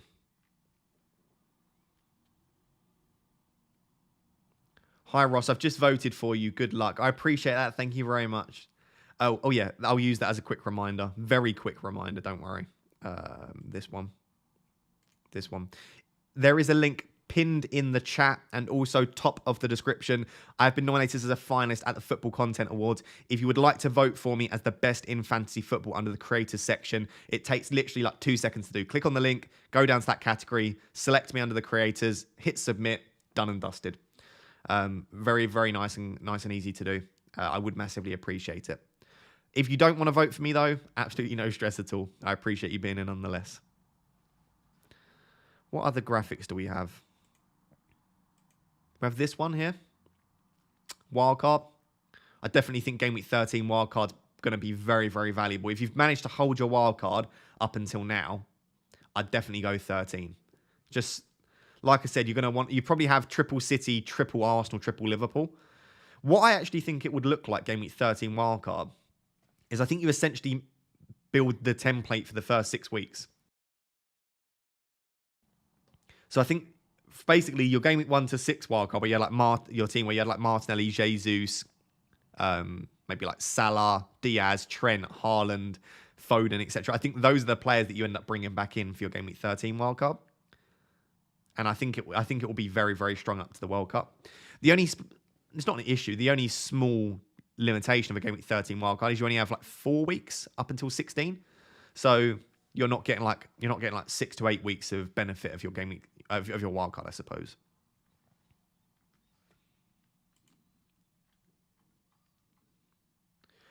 Anidia says Tony or Wilson on wildcard.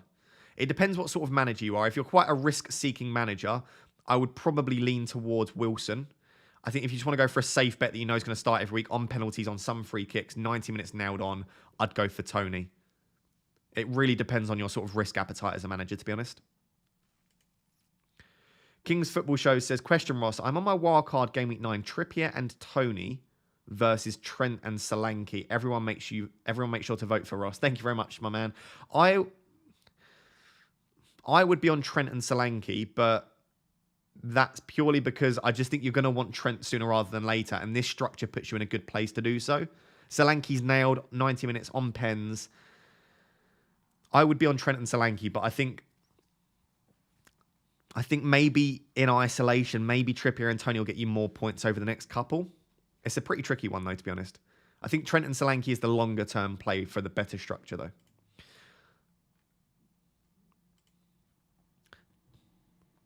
Thank you for the super chat. Says, thank you again for the awesome content. Thoughts on -4 for Isak to Tony and De Bruyne to Salah. I have double Newcastle defence and would have to play Andreas if I don't sell Isak. My bench defence is Emerson and Williams. I quite like that as a double as a -4.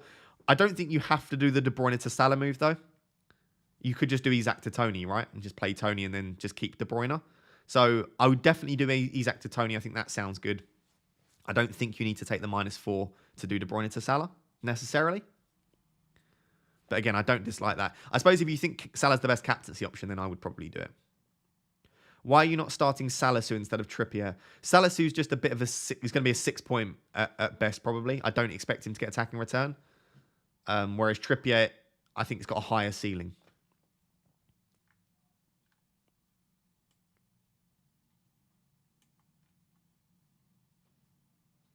Thank you to everyone that's saying they're voting. I appreciate that very, very much. We're on 435 likes. I would massively appreciate if you like the stream. Let's get up to 500 likes. There are 1,000 people watching.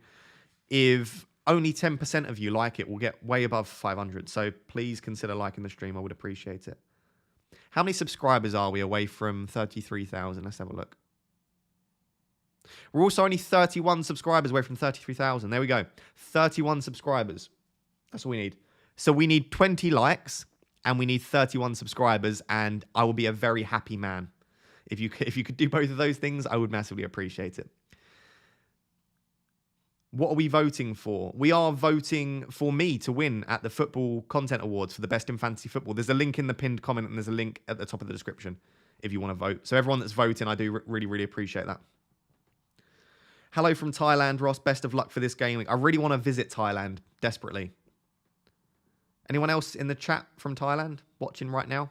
I would massively, massively love to go to Thailand. Like, it's at the top of my list of things I want to do. But I just need to find the time, I guess. And finding people that can afford...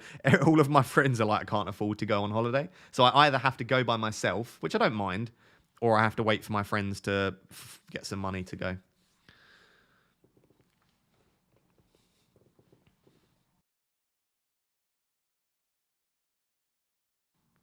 Wowza, I am struggling with my throat.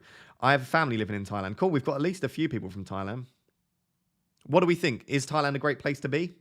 Should I visit? Gay says, lived in Thailand on and off for 3 years. Oh, I may be coming to you for advice then, if that's the case.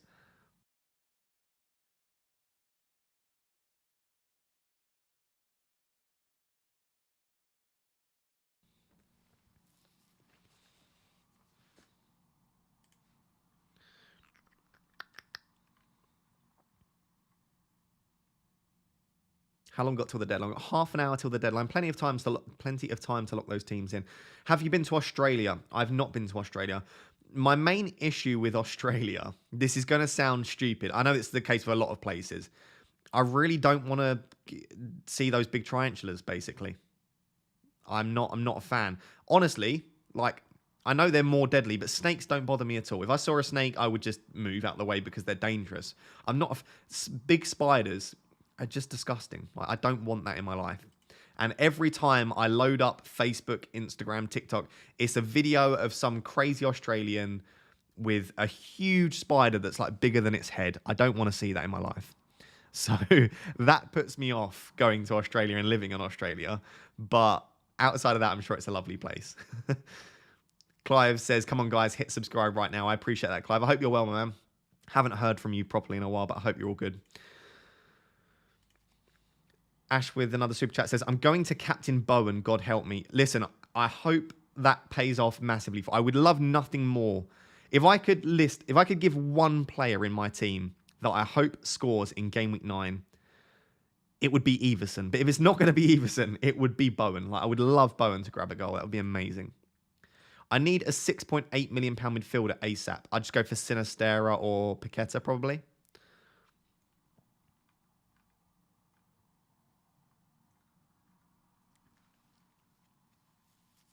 I've been to Oz a dozen times now. Huge spiders are more common away from the cities. So you're telling me I need to live in the city?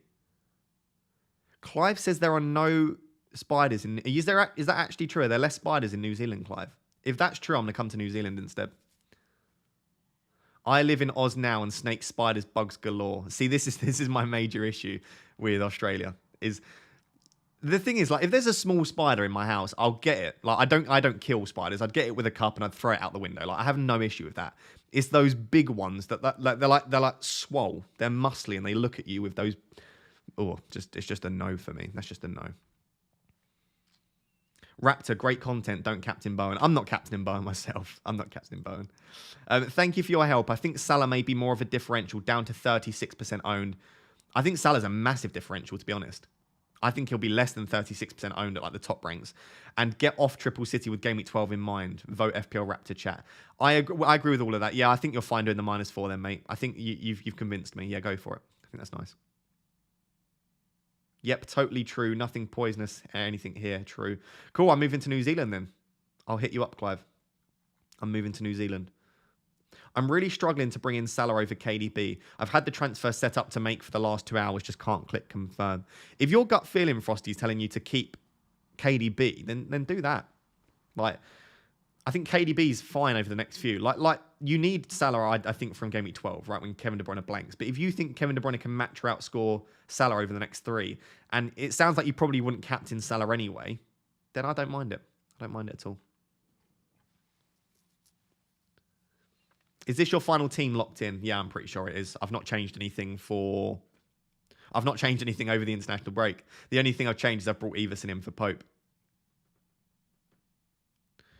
Hello, how many total points are you on right now? 481.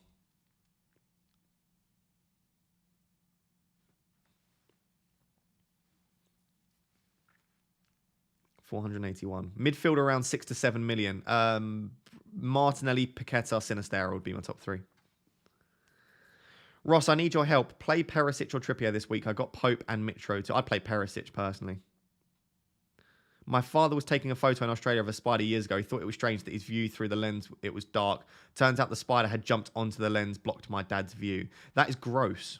That's gross, Marcus. Why would you tell me that? That's absolutely disgusting. Stop it. Stop with the spider stories. Pope or Pickford with future in mind? I would go Pickford. I'd go Pickford. Why is no one going for Rashford now? He's past fit. The fixtures just aren't great. I'm definitely tempted in the future, but I don't think I'm going to be doing that right now. What's up with Everson starting? I just think if he does start, I prefer him, but I don't think he will. Most likely, I'll just get Pope. I'll just get Pope off the bench, probably. We are 5 subscribers off of 33,000. There are definitely 5 of the 1,000 people watching right now that haven't subscribed. You can always unsubscribe later. Preferably not later today. Preferably wait a couple of weeks to unsubscribe. But if you do, that's fine. But just subscribe now. Help me hit 33,000. Meetup 100%. I have a teacher that loves FPL too. You should definitely do meetups in different countries. There are always people in different countries that play FPL. If I ever go on holiday to a different country that I think there's a few FPL managers in, maybe I'll set up a... Apologies. Maybe I'll set up a meetup in that country. Like if I go to New Zealand, maybe we can set up like a New Zealand meetup or something like that. I think I'll do a little bit of traveling this summer, probably. There are no tarantulas in Australia. There are some big old spiders. They might not be called tarantulas, but there are some big old boys out there, aren't there? Right, that's enough talk about that sort of stuff. Come to South Africa. Yeah, I'd love to be fair.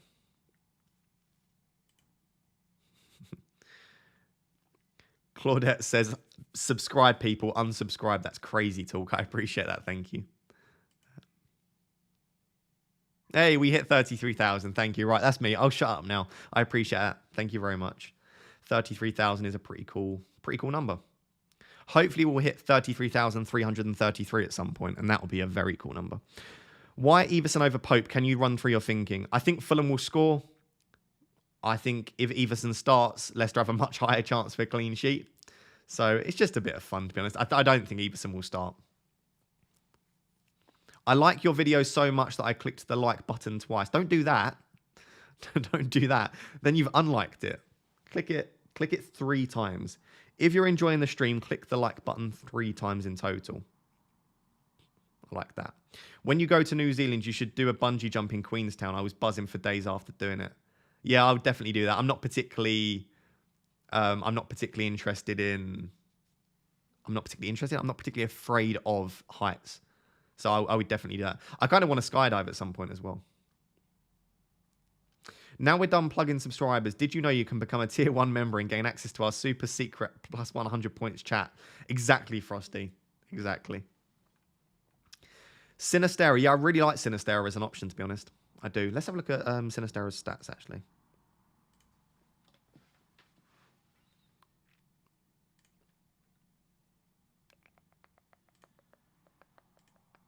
Let's do like a Sinistera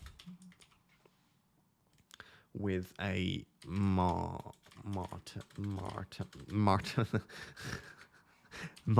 There we go. Got there in the end. Oh, okay. Well, that's not particularly promising, is it? So Martinelli's very good. Is this what we're saying, isn't it?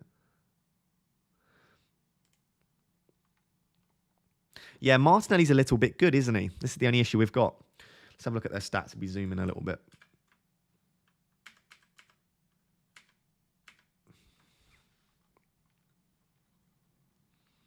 So Martinelli's in red there, and then blue is Sinistera. So expected assists 0.7 for Sinistera, 0.36 for Martinelli, 0.44 expected goals for Martinelli, 0.38 for Sinistera. So there's not a massive difference between the two for goal threat, but Martinelli's also got a lot of creativity. Yeah. Basically, Martinelli's very good. But the thing is, Sinistera's obviously got the fixtures on his side. I understand why you wouldn't want to sell Martinelli on a wildcard. I do. But I think I would still take a risk. Because you've got to remember that these are with great fixtures. Right? Martinelli's put up these underlying data because he's had very good fixtures. Sinistera's not had great fixtures. And he's also not played that many minutes, I suppose, as well.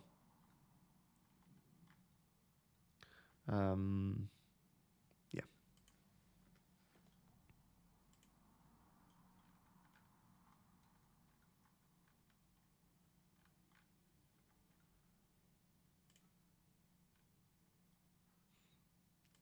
You have got 25 minutes to lock in your team, ladies and gentlemen. Is 31k a good rank? That's an excellent rank, yeah. That would put you second in the Content Creators Mini League. Let me see if I can bring that up.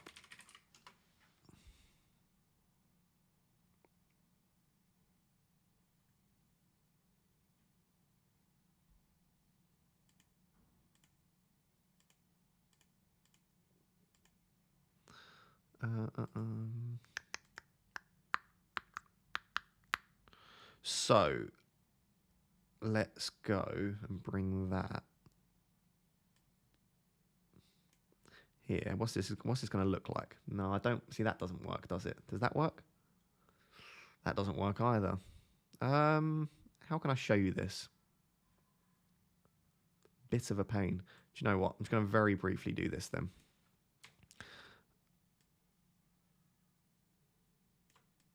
There we go. Not ideal, but hey ho.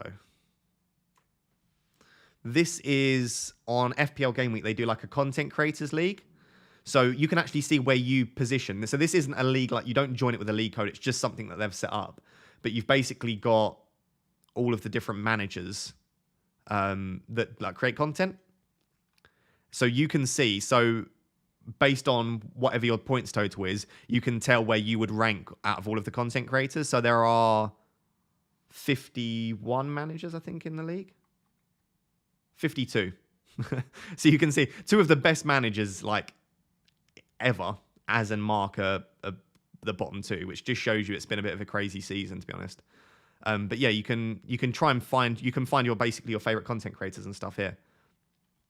And there are loads of the sort of favorites and stuff. But obviously your boy's top, which is fantastic. But I probably won't be there for very long, to be honest. I know that Nim and Harry are both on their wild card this week, so that'll probably push them above me this week. Right, now I've got to bloody get this back, which is not great. Each site's basically got a bit of a different way of being structured. I guess that'll do, won't it?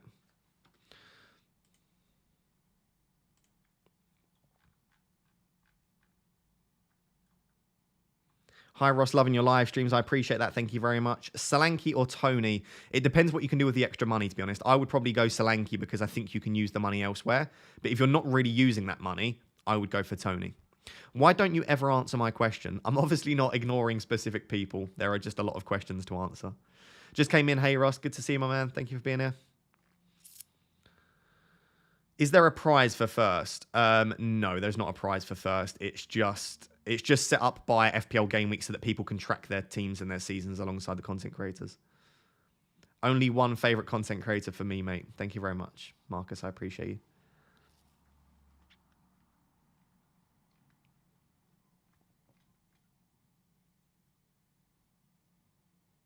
Mate, that's the Trippier pick that's put you top. There are two picks that have put me top. It's Pascal Gross and it's Kieran Trippier as well. Like, if we look back to my previous game weeks, like, this game week was an average-ish game week. Obviously, Foden was a massive pick here, and so was Kane and Maddison.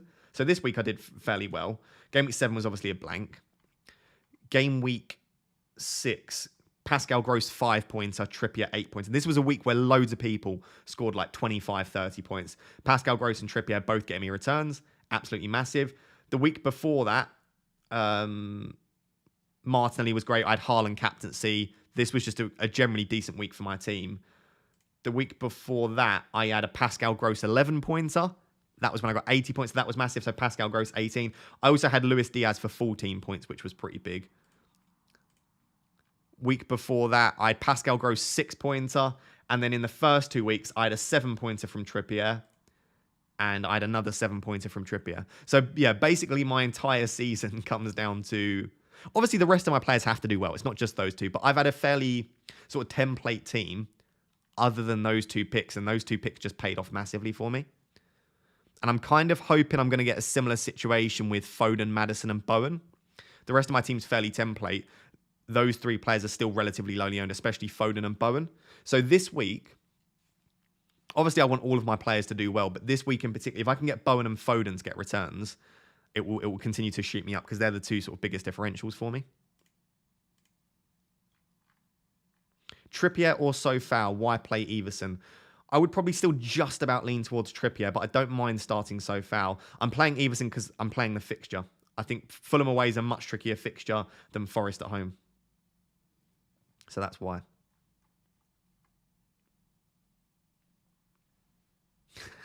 Frosty says there is a prize. Your channel gets more subscribers. This is true. The better you rank, the subscribers do sort of flow in, to be honest.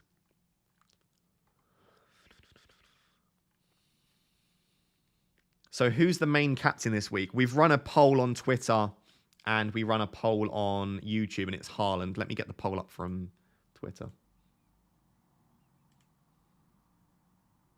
By the way, if you've not yet...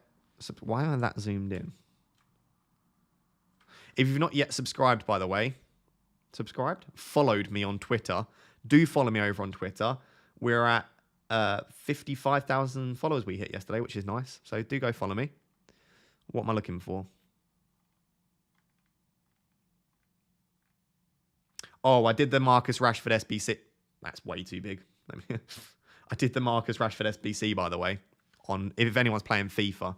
I know it's not a massive upgrade on his base card, but, you know, I had to do the Marcus SBC. What am I looking for? Here it is.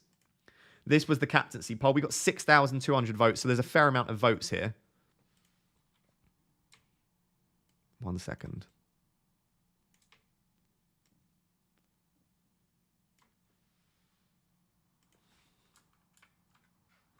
There's the poll. I don't know why it's being weird like this. Why are you cutting off the top like that? There we go. Anyway, captaincy poll for Game Week 9. Basically 60% on Haaland. Maddison was closely just ahead of Salah, and then Salah on 15, and then other was 4. The other was pretty much KDB and Tony were the main 2 sort of others that people were captaining. It's being really weird.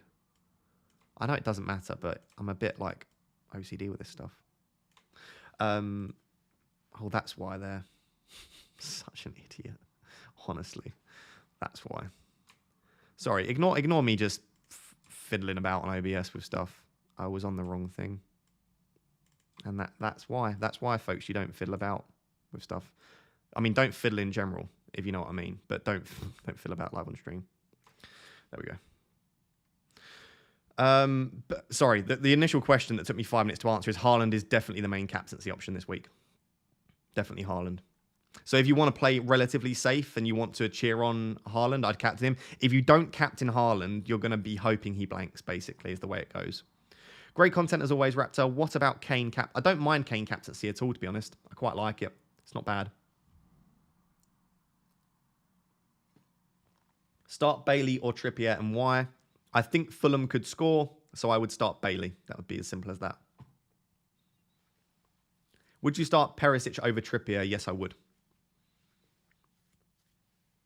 Hi, Ross. Is it worth sacrificing a third forward to bring in Trent on wildcard? Yeah, I did discuss this. I think that's fine. You could play a 4-4-2. Especially as we've got the World Cup coming up and unlimited transfers very soon.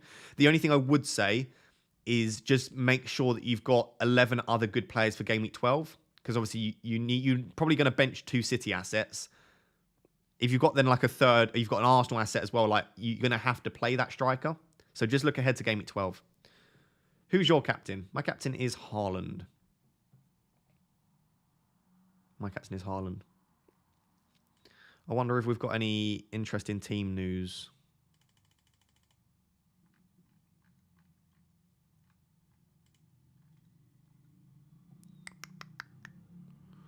Can't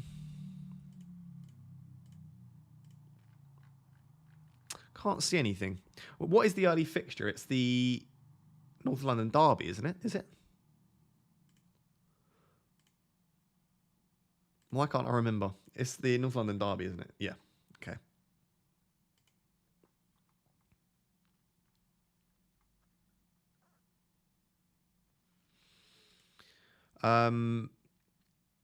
I don't think we need to, apart from Perisic, I guess. Has Paul O'Keefe done his predictions? I think he did. I think he put Perisic at right wing back.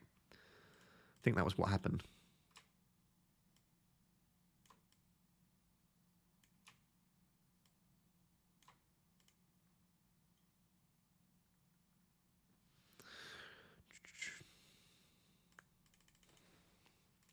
So I don't think we're really waiting on anything for the North London Derby team news. Why are you starting Everson? I've answered that question 5 million times on this stream. I'm not going to answer it anymore. If you want to know, just go back and watch any part of the stream. Who is better, Mings, Justin, or Castagna? I would say Justin, probably. Probably Justin. Good morning, Raptor. Good morning, John. Good to see you. Would you start Bailey or Andreas? I would start Bailey myself.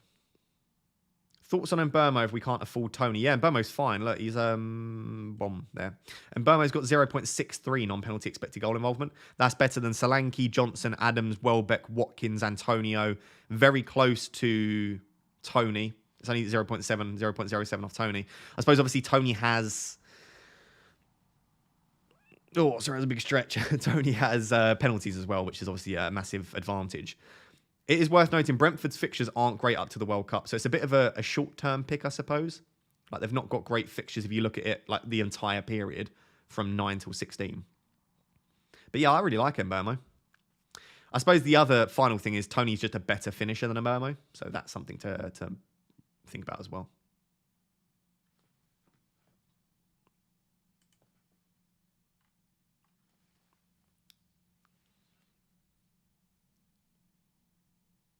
Hey Raptor, would you play Paqueta or Walker Peters this week? I'd play Paqueta. Start and Zaha or Andreas. I'd start Zaha. Hey Raptor, would you play... Oh, done that one. Start Saliba or Perisic and Ward or Raya. I would start Perisic ahead of Saliba and I would start Ward ahead of Raya personally. Ross, why Begovic not Everson on your Game Week 9 wildcard? This isn't a Game Week 9 wildcard. I wildcarded in Game Week 8. Hey Ross, would you save a transfer or do Perisic to James instead? I would save the transfer probably. Maddison captain, overall rank 5.5 million. Yeah, I feel like if you're really low down and you're sort of not enjoying FPL at the moment and you're not too, but I'd probably captain Maddison. I think that sounds nice. Oh, camera. Thank you very much to everyone in the chat for spotting that. I'll fix it one day. I'll fix the camera. It's part of. It's one of the things about this channel. It just it happens. Happens to the best of us. Punt on billing. Yeah, everyone's going crazy on billing. Let me have a look at his stats. I've got actually no idea what his stats are saying. Let's have a look.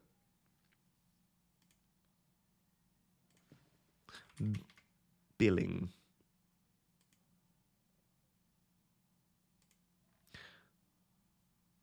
Nice. Stats are atrocious. 0.17 expected goals per 90. Expected goal in 1 per 90. No, I wouldn't be on billing. Billing's naff. I'm not a big billing fan personally. Sorry about my camera being right in the middle of the thing there. No, I wouldn't be on billing, to be honest. Good morning and have a great game week, everyone. Thank you very much, Mohammed. Good to see you in the call last night as well. Very good to see you. Why Begovic over Everson on your game week? Oh, why did I have Begovic over Everson? It's because I had Pickford. I think if you have Pickford, you go for Begovic. I think that just makes sense. Why not Maddison? I'm just not confident enough that Maddison outscores Haaland to take that risk myself. That's why I'm not captaining Maddison. And the thing is, if Maddison smashes it, I still gain points. If Maddison smashes it and Haaland blanks, I gain points. If Haaland smashes it and Maddison blanks and I've captained Maddison, that's a recipe for a disaster. That's going to ruin your rank. Andreas or Pascal Gross? I'd actually start Pascal Gross, I think. Interestingly. Thoughts on captaining Erdegaard? I wouldn't captain Erdegaard. I don't think he's a bad pick, but I definitely wouldn't be captaining him.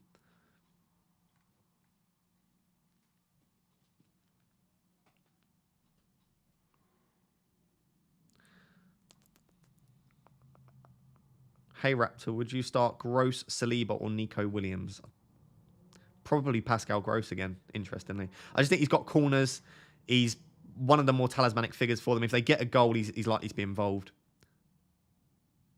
Isn't Maguire out makes Haaland captaincy look a bit worse? I mean, he wouldn't be starting anyway, would he? In a million years. Well, I hope he wouldn't anyway. Solanke golden assist is written in the stars. Yeah, it could be. Triple captain Trent captain shout. I don't mind it.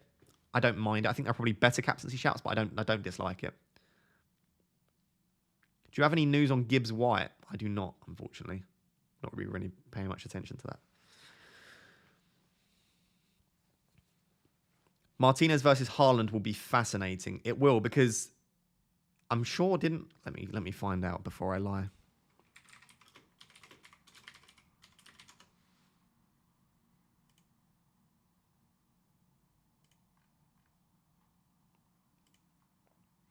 Here we go.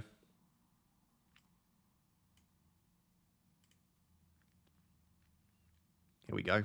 So, this happened, didn't it? Now, Ajax 4-0. Who started up top against Martinez? It was Haaland. So, listen, this is the Champions League. This is a one-off game. This is Dortmund versus Ajax, not Manchester United versus Man City. There is a full list of things you can say about this. It's just worth noting, it doesn't necessarily mean that Haaland is going to absolutely ruin Martinez or bully him, because in the past, he's dealt with him absolutely fine. Yes, he had Jurrien Timber alongside him. He's an excellent centre-back. I still think Martinez was probably the standout player in that game. So this is just to say that it's not always necessarily just because Haaland's taller, he's going to dominate Martinez, basically.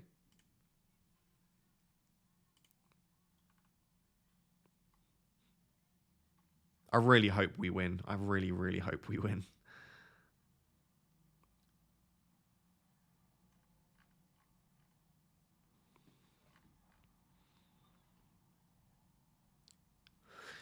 Yep, as Zodiac says, lock your team in. You've got about 8 minutes until the deadline. Do make sure those teams are locked in. Make sure you've got your bench order sorted. Make sure you've got your captaincy and vice captain. And as I always say, when a lot of people play their wildcard, make sure you've actually activated the wildcard. It should say wildcard active at the bottom of your team. Make sure you've activated it, because a lot of people forget to activate it and they take like a 50, 60 point hit. You do not want to do that. Is Anthony the best choice for a player for Manchester United? No, I'd actually put both Rashford and Sancho probably ahead of him at the moment. He could be good. Rashford's the one to own. Both Sancho and Anthony are quite... They're tricky players, They play very well, but they don't tend to get into those goal scoring opportunities as much. But recently, Sancho has started to. I'd still favour Rashford myself.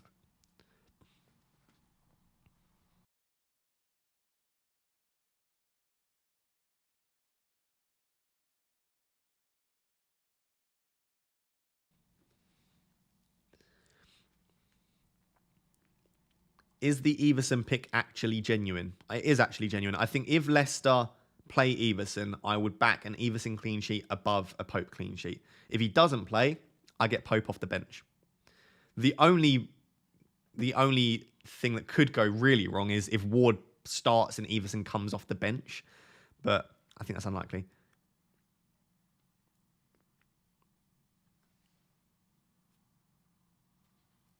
So, Frosty, you've gone for Salah captaincy. You've gone from not sure if you want Salah to Salah captaincy. It's interesting. I like it, though.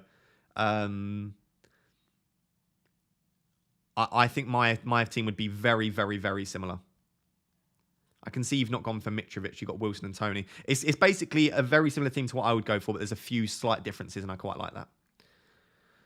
Tony versus Solanke. Again, it depends what you can do with the extra money if you go for Solanke. Tony's the better pick, but Solanke might be better if you can use that extra funds elsewhere. Like if going for Solanke over Tony allows you to get Maddison in instead of like a Paqueta, then that's a massive advantage there. Darwin Nunez captain. Yeah, I do like Darwin. My issue is that we don't know that he's definitely going to start. But if he starts, yeah, I think he's a great shout to own and to captain as well. Jonathan says, who's the best £4.4 million defender next few weeks? Is Fofana too risky? If you have to play them this week, maybe like a James Justin. If you don't have to play them, maybe a Crystal Palace defender. I do think Fofana's slightly too risky myself, yeah. So I would probably say... Yeah, I would probably go... Fofana. I'd probably go Crystal Palace defender as my favourite, but if you have to play them this week, maybe Justin. Got 5 minutes till the deadline, guys. Please do make sure you lock your teams in. Massive thank you again to everyone that subscribed and liked the stream. I do really appreciate it. By the way, I'm going to say this now because I know people always forget. Don't leave the stream. We'll probably stream for about 30 minutes. We'll stream until we get the early team news. Well, not the early. When we get the team news for Tottenham versus Arsenal. So I'm going to stream up until about 11:30. So don't leave the stream when the deadline ends. We'll talk about different things, FPL and non-FPL and stuff after the deadline. So do stick around. Do stick around. Sofal versus Zaha. I'd start Zaha. I'd start Zaha ahead of pretty much everyone.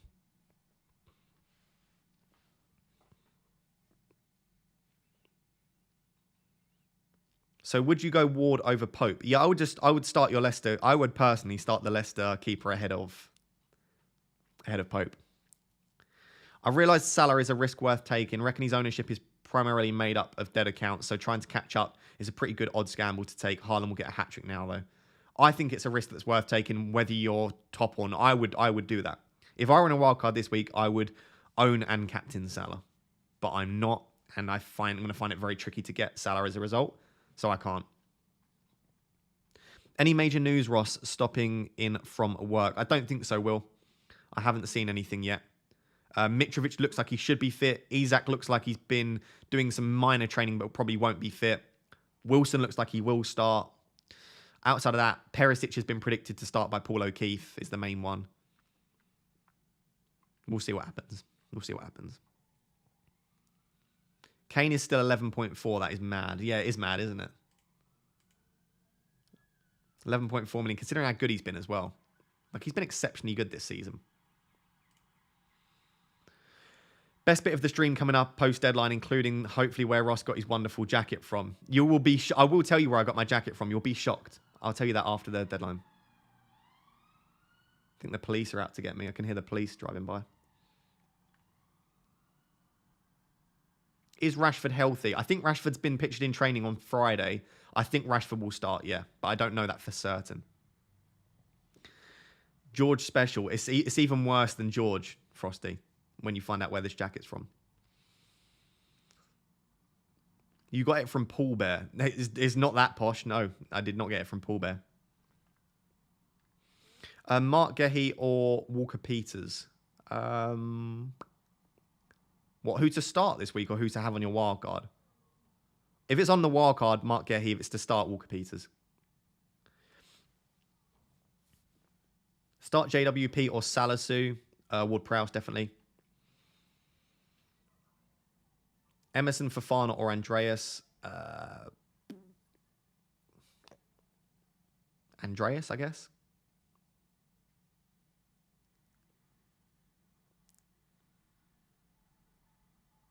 Got 2 minutes till the deadline. Everyone's guessing where I got the jacket from.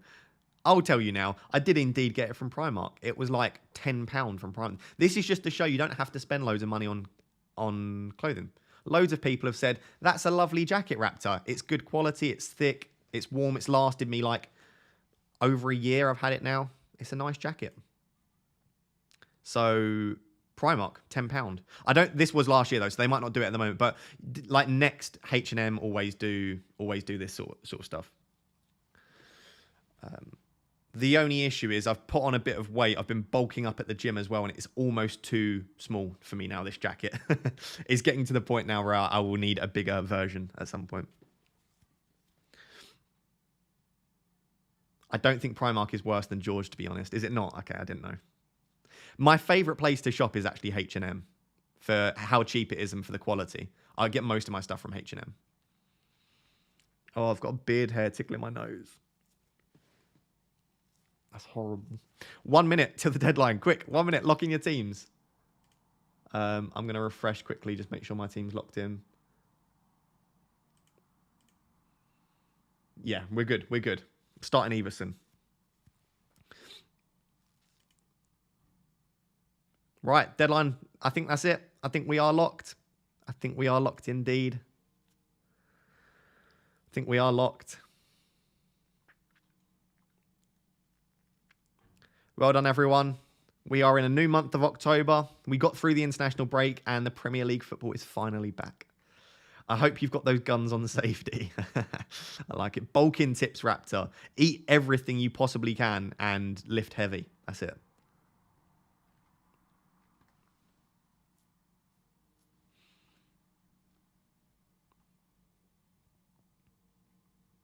You're more than welcome to send it to me when it's too big for you. When it's too small for me. Yeah, maybe I will. Maybe I will. Oh my God, that beard hair is tickling my nose so much.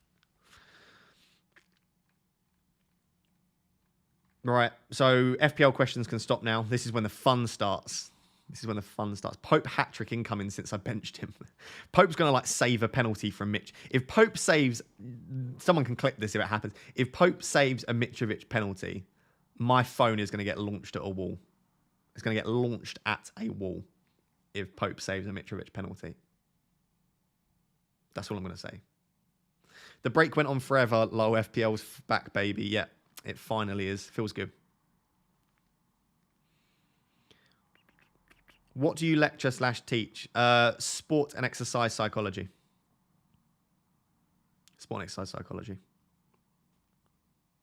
Any good resources for diet plans? I just use like YouTube and stuff, to be honest. Follow good YouTubers that know their stuff. What's your max deadlift? My max deadlift of all time is 190 kilos. That was when I was 21, though, which was 4 years ago. My max deadlift now, because my back is terrible, is only 150 kilos. I don't know what that is in pounds. Let me get that in pounds. 330 pounds. My back's too ruined to do much heavier than that, to be honest. My wife has the same problem regarding her beard hair. I'm going to tell you said that, Marcus.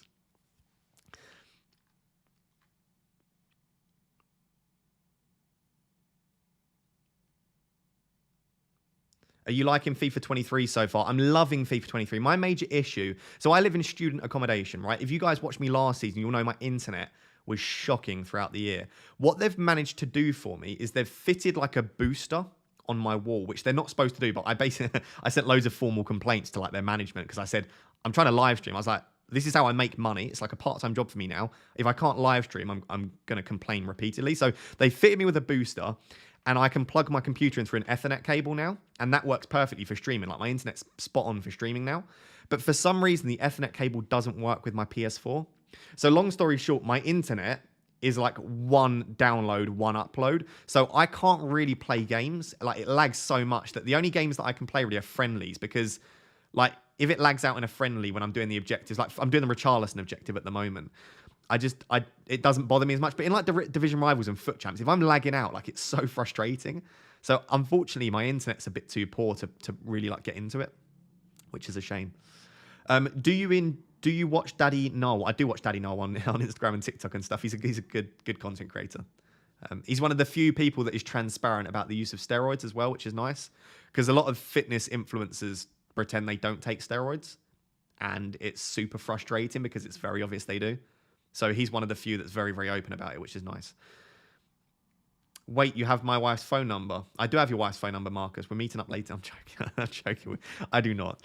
I would never. Don't you worry.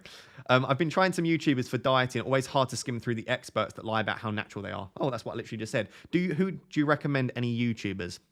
Yes. I recommend Jeff Nippard would be the main one. Jeff Nippard. Who's good for like good quality information? See, I like watching some others, but they're on steroids, but they're at least they're honest about it. I'm just looking at my Zach Perner. I think he's the decent sort of. He's quite open about that sort of stuff. I watch a lot of Chris Bumstead, but he's again on steroids, but he's very open about that. Steve Cook's not on steroids. You can tell his body's far too natural. Jeff Nippard's the only one that I can confidently claim is not, and is very open about it and very informational. Yeah, Andrew Huberman's a good shout, actually. That's a good shout.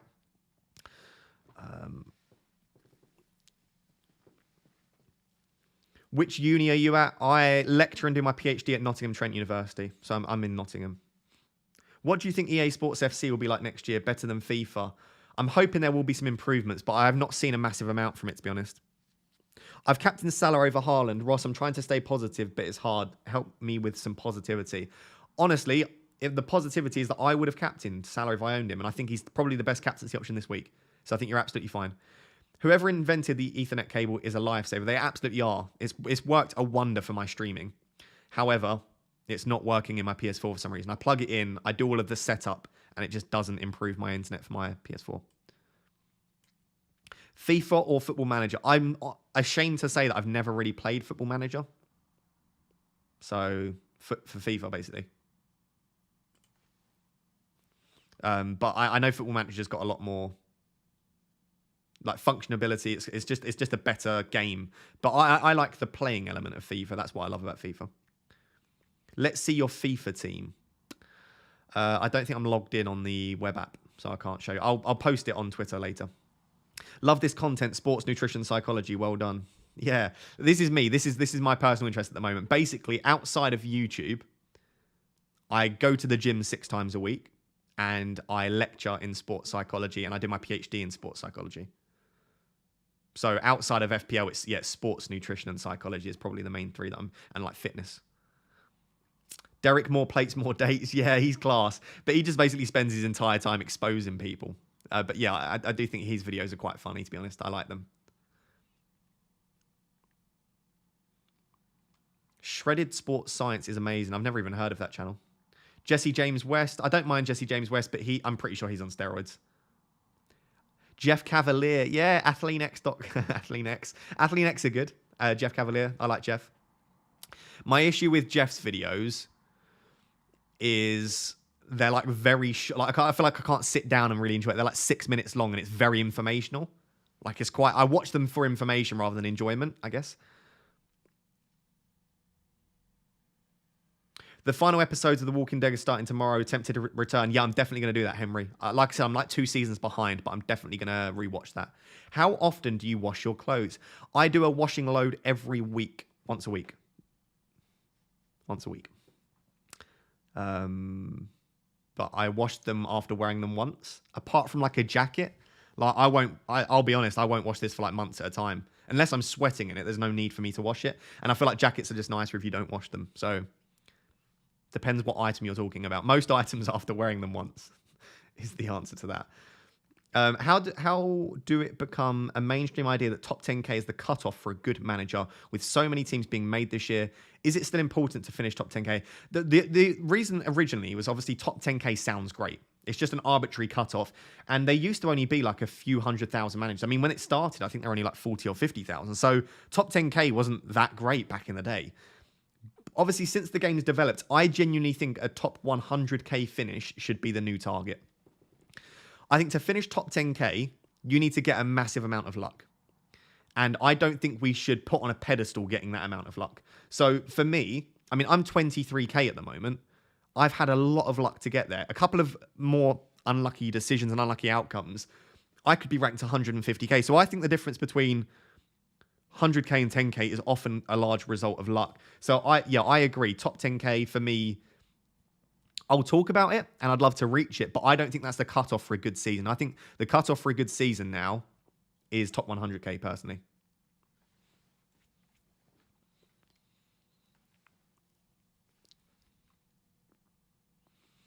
Is an MPhil compulsory for a PhD? No, I did an MSc. I did a Master in Science. So no, you don't need to do an MPhil. Lots of people saying that I should play Football Manager, so maybe I'll have to give it a go then. Time to upgrade to a PS5. Yeah, I probably should get a PS5 to be honest.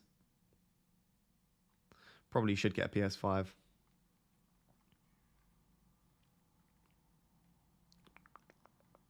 The issue is trying to find one. Have you tried putting your PS4 in the microwave?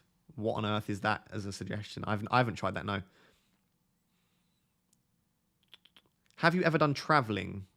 Not by myself, but I've traveled. But I've not done like, you know, those like traveling experiences where you travel around the world. I would like to.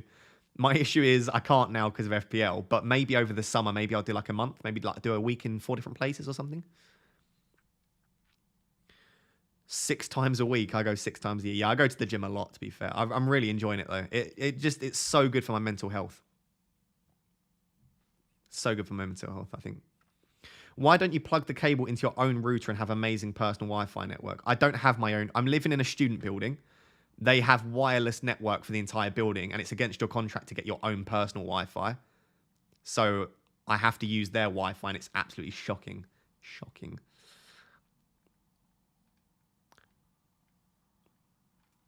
Alpha Destiny is a great channel for information. Never heard of it. I'll have a look at that. Your knowledge passes your age. I thought you were in your 40s.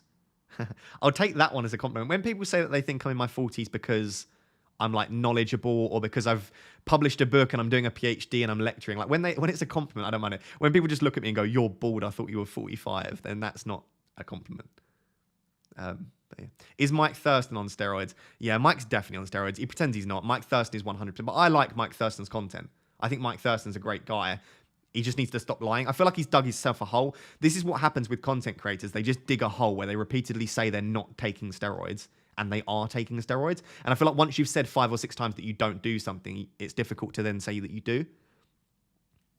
Was it a hard choice to go bowed? No. No, it wasn't a hard choice because I was pretty much going bald anyway, so I had to do it. The first time I shaved my head, it was pretty scary, but it was the best decision I've made. Like, I like being bald, to be honest. Did you end up getting back into Stranger Things? I did. I'm watching at the moment. I'm midway through season 4. So I've got like 4 or 5 episodes left of Stranger Things. Season 4 is very good. Season 2 and 3 were a bit naff. Season 1's great. Season 4 has been very, very good.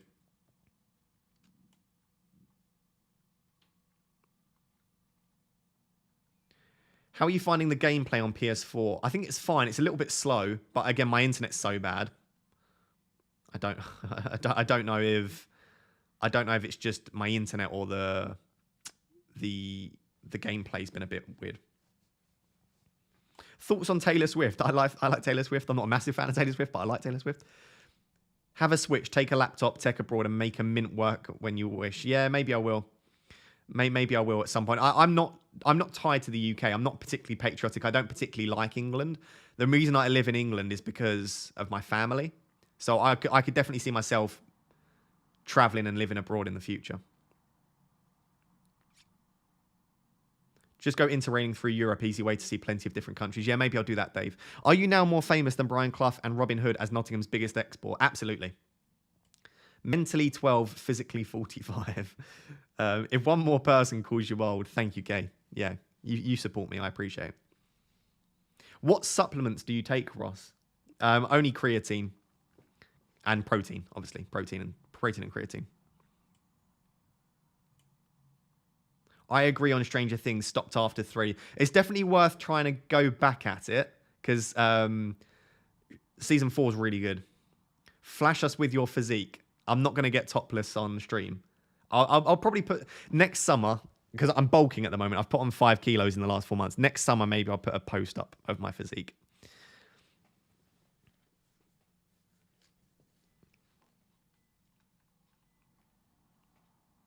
Have you seen the content from Matt Does Fitness around his Wader doping protocol, trying to prove he isn't doping? It looks pretty conclusive. Yeah, I've seen all of that stuff from Derek's done all the tests, hasn't he? It looks pretty conclusive that he's not. I just look at Matt's physique, though, and he looks the most roided up person in the world. Like, I was actually having, before he did the videos, I was having a chat with someone about this, and I said he's definitely on steroids. But again, it doesn't look like he is. When you look at the test that he's done, it doesn't look like it.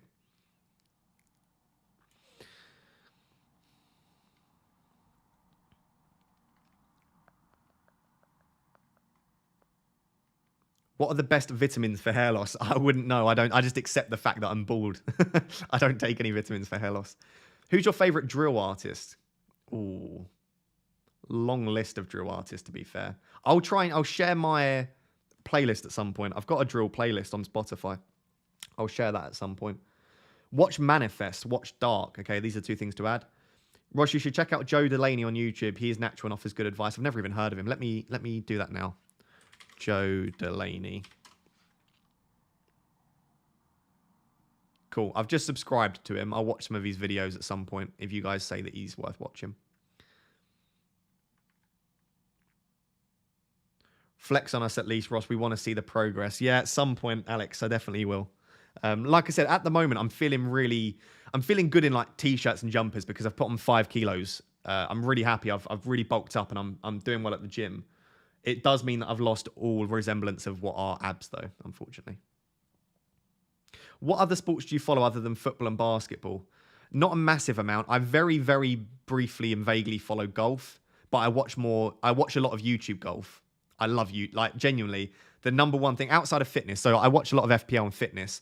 The number one piece of content that I watch on YouTube is I just watch so much golf, but I don't really follow like mainstream golf as much. Outside of that, I don't really. I'm very much a football nerd. Frosty says, I wish I could move to Canada. I probably could, but with loads of young kids and schooling just starting, it seems like a big headache. Yeah, Canada is somewhere that I'm definitely interested in looking at for sure.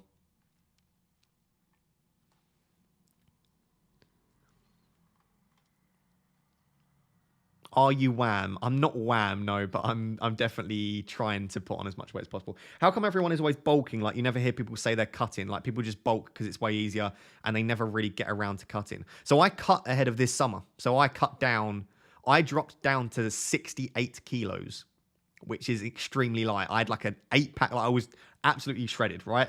But I was also relatively skinny, and I don't want to be skinny and ripped. I want to be kind of a bit bigger. So I've just come off the back of a cut. So I cut until like June, July time. And then, no, like July? August, September, October. Like middle of July, I stopped cutting and then I went into a bulking phase. So it's been like 3.5, 4 months. Would you rather finish in the top 1K or get a Would you rather finish in the top 1K or get a girlfriend? If I finish in the top 1K, that's a recipe for a girlfriend. Like, you can't finish in the top 1K and not get a girlfriend. So there we go. No, realistically though, I'd rather finish in the top 1K. I don't need a girlfriend. I don't want a girlfriend right now. I'm fine. Me and my boyfriend are watching the stream together. That's super cool. Shout out to you and your boyfriend. Thank you for watching. That's such a funny question. House of Dragons. I've not watched it yet. I'm trying to avoid spoilers. I'm going to try and watch the entirety of the first season. I really don't like watching episodes every week. So I've avoided most spoilers. I've seen a few things. And I'm going to just try and watch the entirety of the first season once it's finished.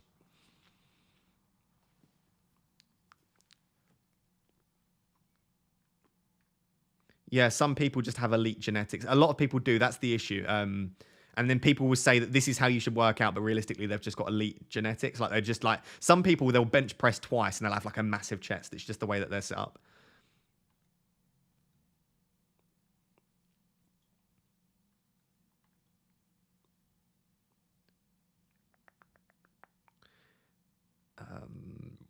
Didn't know you listened to drill, Ross. Yeah, I listen to rap more than any other. It's not just drill. It's generally just rap in general, but I do listen to a lot of drill. It's mainly for working out. At the gym, you need something that's pretty, sort of a pretty steady tempo, but pretty upbeat as well. So I like drill for it at the gym.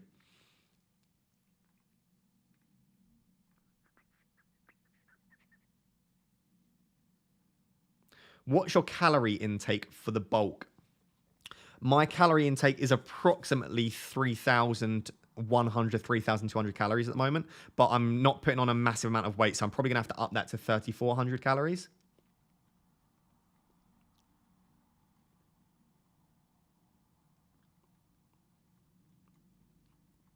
So I'm just catching up on everything. God, there are so many. I'm so behind on the chat. I do apologize. Right. Did you watch the Sidemen charity game? I did watch the Sidemen charity game, absolutely. It was excellent. Philly was unbelievable. Philly was so good. Everyone was talking about all the other players. Yes, Simon was great, but like technique, bossing the game, understanding tactically, technically, Philly was so good. And Harry Pinero was absolutely unbelievable as well. HP Source. I think Harry Pinero and Philly were the best two players. What's the biggest tip you have for getting into fitness and self-discipline? Wanting to do it. You can't force yourself to do, like, if you don't want to work out and you don't want to eat well, you're never going to do it. You're never ever. So the first is find a way to want it. What is going to make you want to do it? And the second thing is turning up. And this is actually something that I say to my students for lectures when people are like struggling with university. Turning up is half the battle. You will not always have a perfect workout. You're not always going to eat perfectly. But if you turn up to the gym and you try your best to eat well, that will be good enough most of the time. And so it's just about that consistency. Like, for example, the other week, it was like 10:30 on a Thursday. I'd already spent the entire day in the PhD office. I'd recorded a YouTube video. I'd recorded a TikTok. I'd already done a grocery shop. Like, I'd done everything. And then I went and did a leg workout. I didn't want to do that leg workout, but just turning up is enough to keep that motivation going. So, yeah. How heavy are you right now? I'm still pretty light. I'm 75 kilos. So I'm still a pretty light guy. Why creatine instead of getting it the natural way from food? To build muscle, you need slightly more creatine than you can get from food. And I also don't eat meat, which is the main source of creatine. So I need creatine supplements. Does that mean you watch Matt Sharf and the gang? I watch so much good, yeah. GM Golf, I watch a lot of Garrett and Grant and stuff. But yeah, I watch Good and Rick Shields, the main two channels that I watch. How do you set body weight targets for your bulk and your cut? It just depends on how much weight you want to put on, how quickly you think you can put it on. I'm aiming for anyway, around 10% increase in body weight. But you'll generally see it, like you'll get to a point where you've put on too much fat and you need to cut, or you can just keep going with it. So I started at around when I started my bulk, I was just approaching 70 kilos. And I want to get to about 78 kilos to 80 kilos by the end of my bulk. So I'm looking to put on about 8 kilos to 10 kilos. You just want to stay in a healthy range. You don't want to ever bulk so far that you're getting fat and obese, but you don't ever want to cut so far that you're not eating correctly and you're not got the correct nutrition, basically.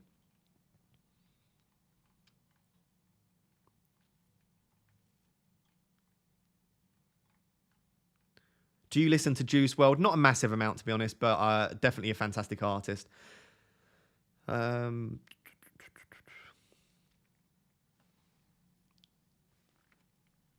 He's got a boyfriend. Smart. I don't have a boyfriend. I don't have anyone.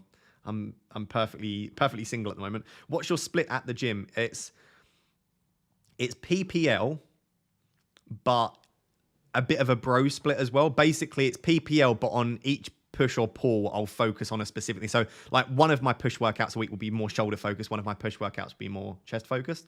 And one of my back workouts will be more lat focused.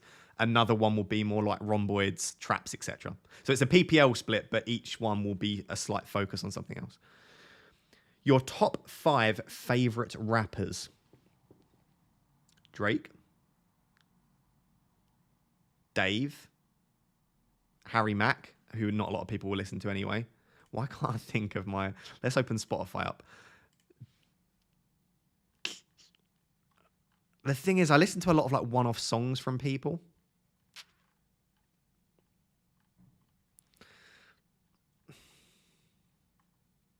Maybe I would chuck Meek Mill in there.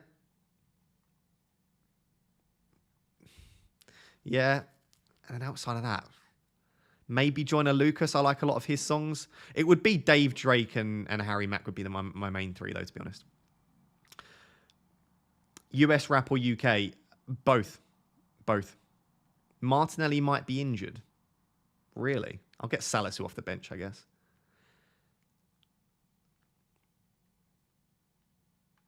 How tall are you? I'm 5'9". I'm struggling to eat the amount of calories required for me to put on weight, to be honest. Yeah, I'm 5. Well, I'm taller than 5'9", but I'm not 5'10". I'm 5'9 and a half.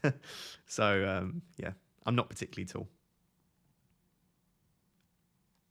Watch Better Call Saul. Yeah, I'm going to watch that. I just need to... I probably want to go back and watch Breaking Bad again first, because I haven't watched that in a while. HP is better than Maguire, yeah.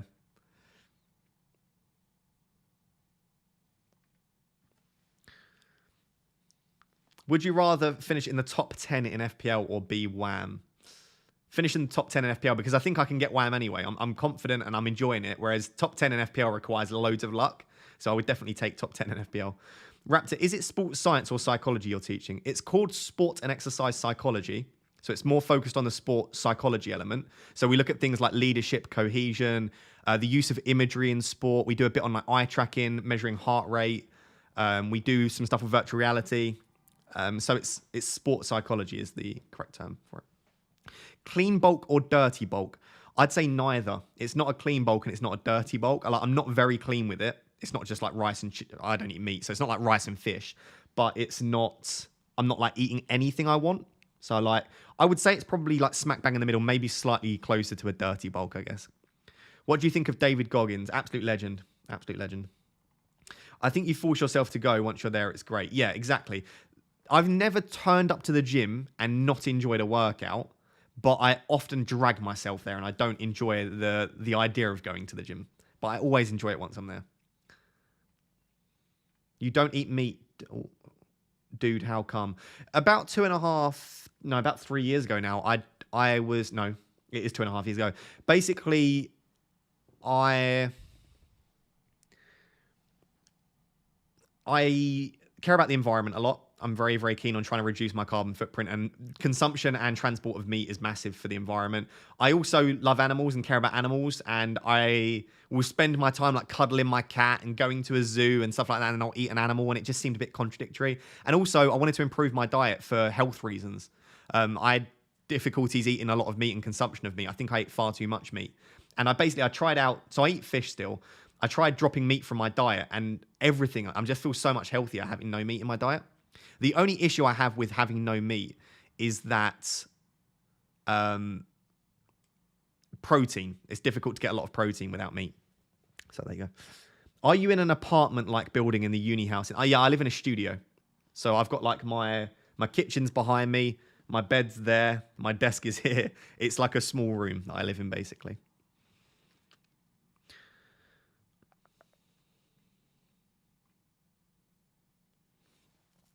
The wife just said, you don't want Raptor to get a partner, as that will mean he'll have less time for FPL YouTube. Spot on, she's always right. This is not true. No matter what happens, I will always get my YouTube in. What's your favorite lift and why is it deadlift? It's actually not deadlift. My favorite lift is probably, I'm really weird, it'd probably be a dumbbell shoulder press. But it's probably just, the reason for that is probably because it's what I'm strongest with. I love a dumbbell shoulder press. Harry Mack goated freestyles. Harry Mack is the GOAT for sure. How is Eminem not on your list? Eminem is probably on my list. I just don't listen to him a lot now, to be honest.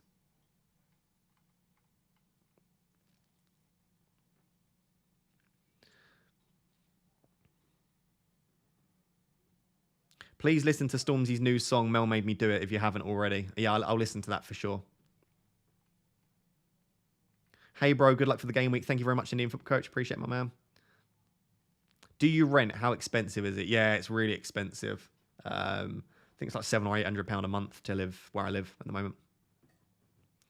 But I do live in the middle of the city centre, and I live in a studio as well. What's your bench press 1 rep max? I'm really weak. It's 90 kilos. Favorite body part to train is probably shoulders.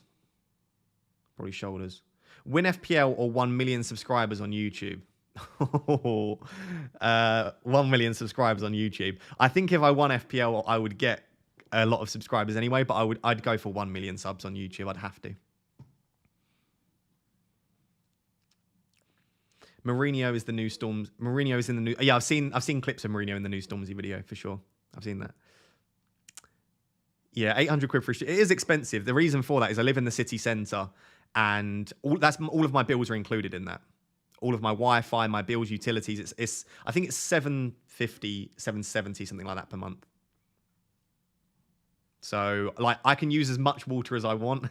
I can use as much electricity as I want. I can put the heating on. So all of that sort of stuff. Right, let's have a look. Would you rather never get inside the top 1 mil of FPL or be forced to eat meat every day? I would eat meat every day. I am a pescatarian, but like if someone said you've got to eat meat, I'd eat meat. Like I've got no issue with eating meat. I haven't done it for the last sort of 2.5 years. Nice team, Yelena. Very nice team. Right.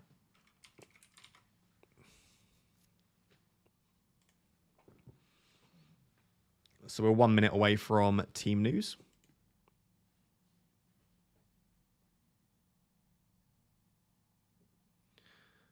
Your favourite player and goal of all time? My favourite goal of all time is Van Persie's volley when Rooney chips it over the top. Was it against Aston Villa? Van Persie's volley is my favourite goal of all time. My favourite player of all time is a great question. Maybe, I don't know, maybe Vidic? Maybe? Oh, Richarlison gets the nod. I suppose, yeah, Kulusevski's not in, so of course he's going to. So, Kane, Son, Richarlison, Højbjerg, Bentancur, Perisic, Longley, Dyer. Oh, Sessegnon is benched. So, Paul O'Keefe got it wrong again. So, he's got that wrong 2 or 3 times now. Yeah, Kulusevski's not in the squad. All right, let's have a look at the Arsenal lineup.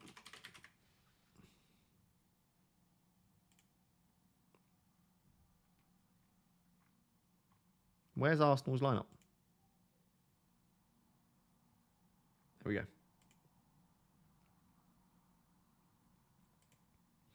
Ramsdale, White, Saliba, Gabriel, Zinchenko. Party back, massive for them. Xhaka, Saka, Ødegaard, Martinelli, Jesus. Yes, it's an obvious lineup. As soon as Martinelli's back, he goes into the starting 11. I think that looks really strong. I'm less happy and confident now about having Kane now that Partey's back. Like Partey's a massive, massive addition to that team.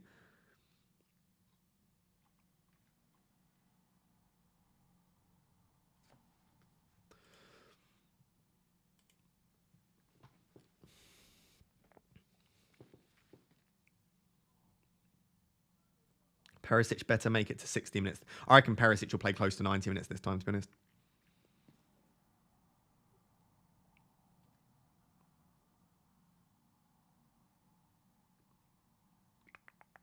Has the game updated yet? No, still updating, unfortunately. Let's go here.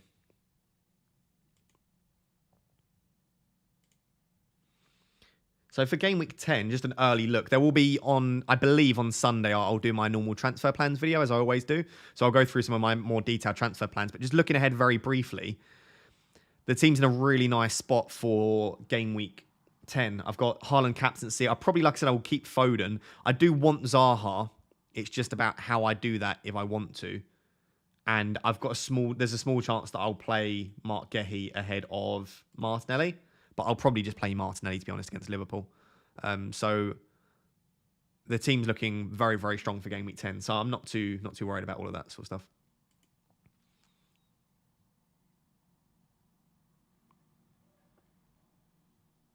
Ross is the perfect human being, I'm telling you. Thank you. I appreciate that. I definitely not perfect at all. Definitely not perfect. Check the Arsenal versus Tottenham lineups, please. We just literally just did that. We just literally did that. We'll do it one final time. Ramsdale, White, Saliba, Gabriel, Zinchenko, Partey, Xhaka, Saka, Erdegaard, Martinelli, Jesus. And then the Spurs lineup is pretty obvious. Again, Son, Kane, Richarlison all start. The only slight surprise maybe is that Sessegnon is benched and Emerson's back in and Perisic is at left wing back.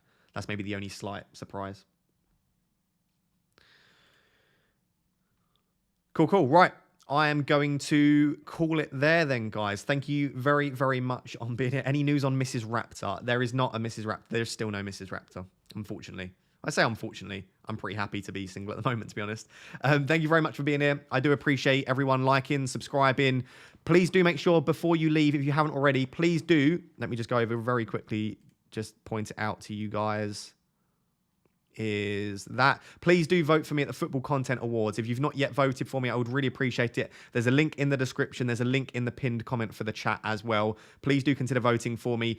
Voting closes on the 9th of October, so you've still got just over a week to vote. The event is in November, and it would be absolutely awesome to place in the top 3 and get some sort of award for Best in Fantasy Football. So there we are. Thank you very much. I appreciate you all very much, and best of luck for Game Week 9. See you later, guys. Bye-bye.